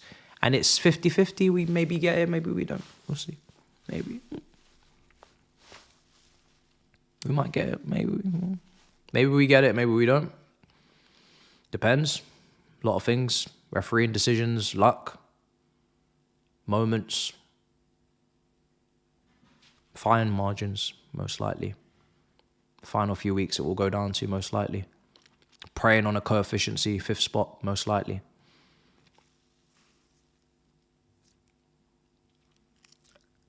What I wanted was it to be comfortable. What I wanted was clear progression from last season in terms of the points tally. Not going to get that. Not going to get that. This is at best going to be high 60s. You're looking at maybe mid 60s. That is literally game week 38. You may be there, you may be not. Couldn't even fucking do mid 70s.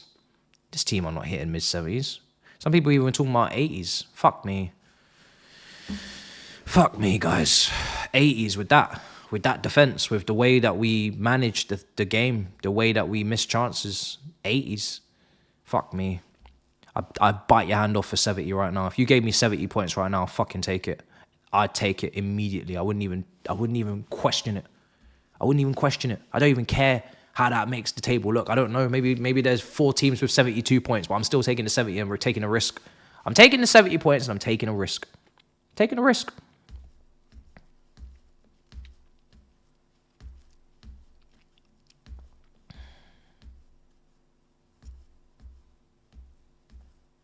It's irresponsible to drop points like that. It's the best way to describe it. It's irresponsible.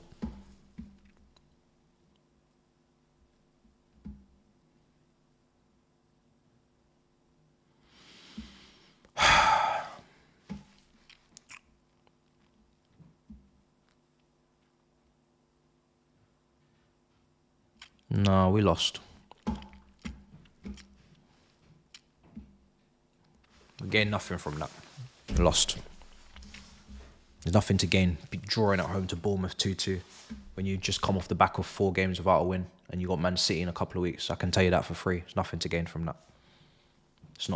That's nothing. You've not gained anything. I'd rather start the whole game again and play again. There's nothing gained. There's nothing gained at all.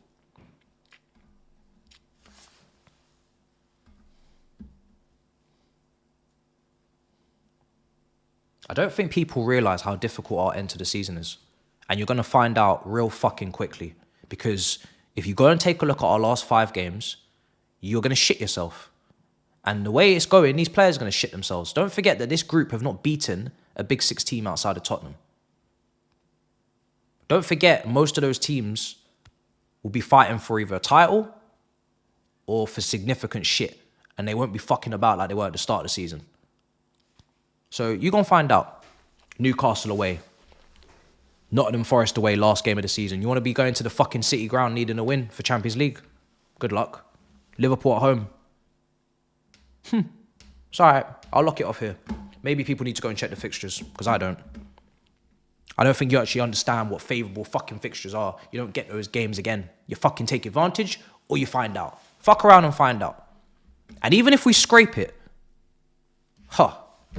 that is no way to progress. Changes are going to have to come soon because we can't keep doing this shit.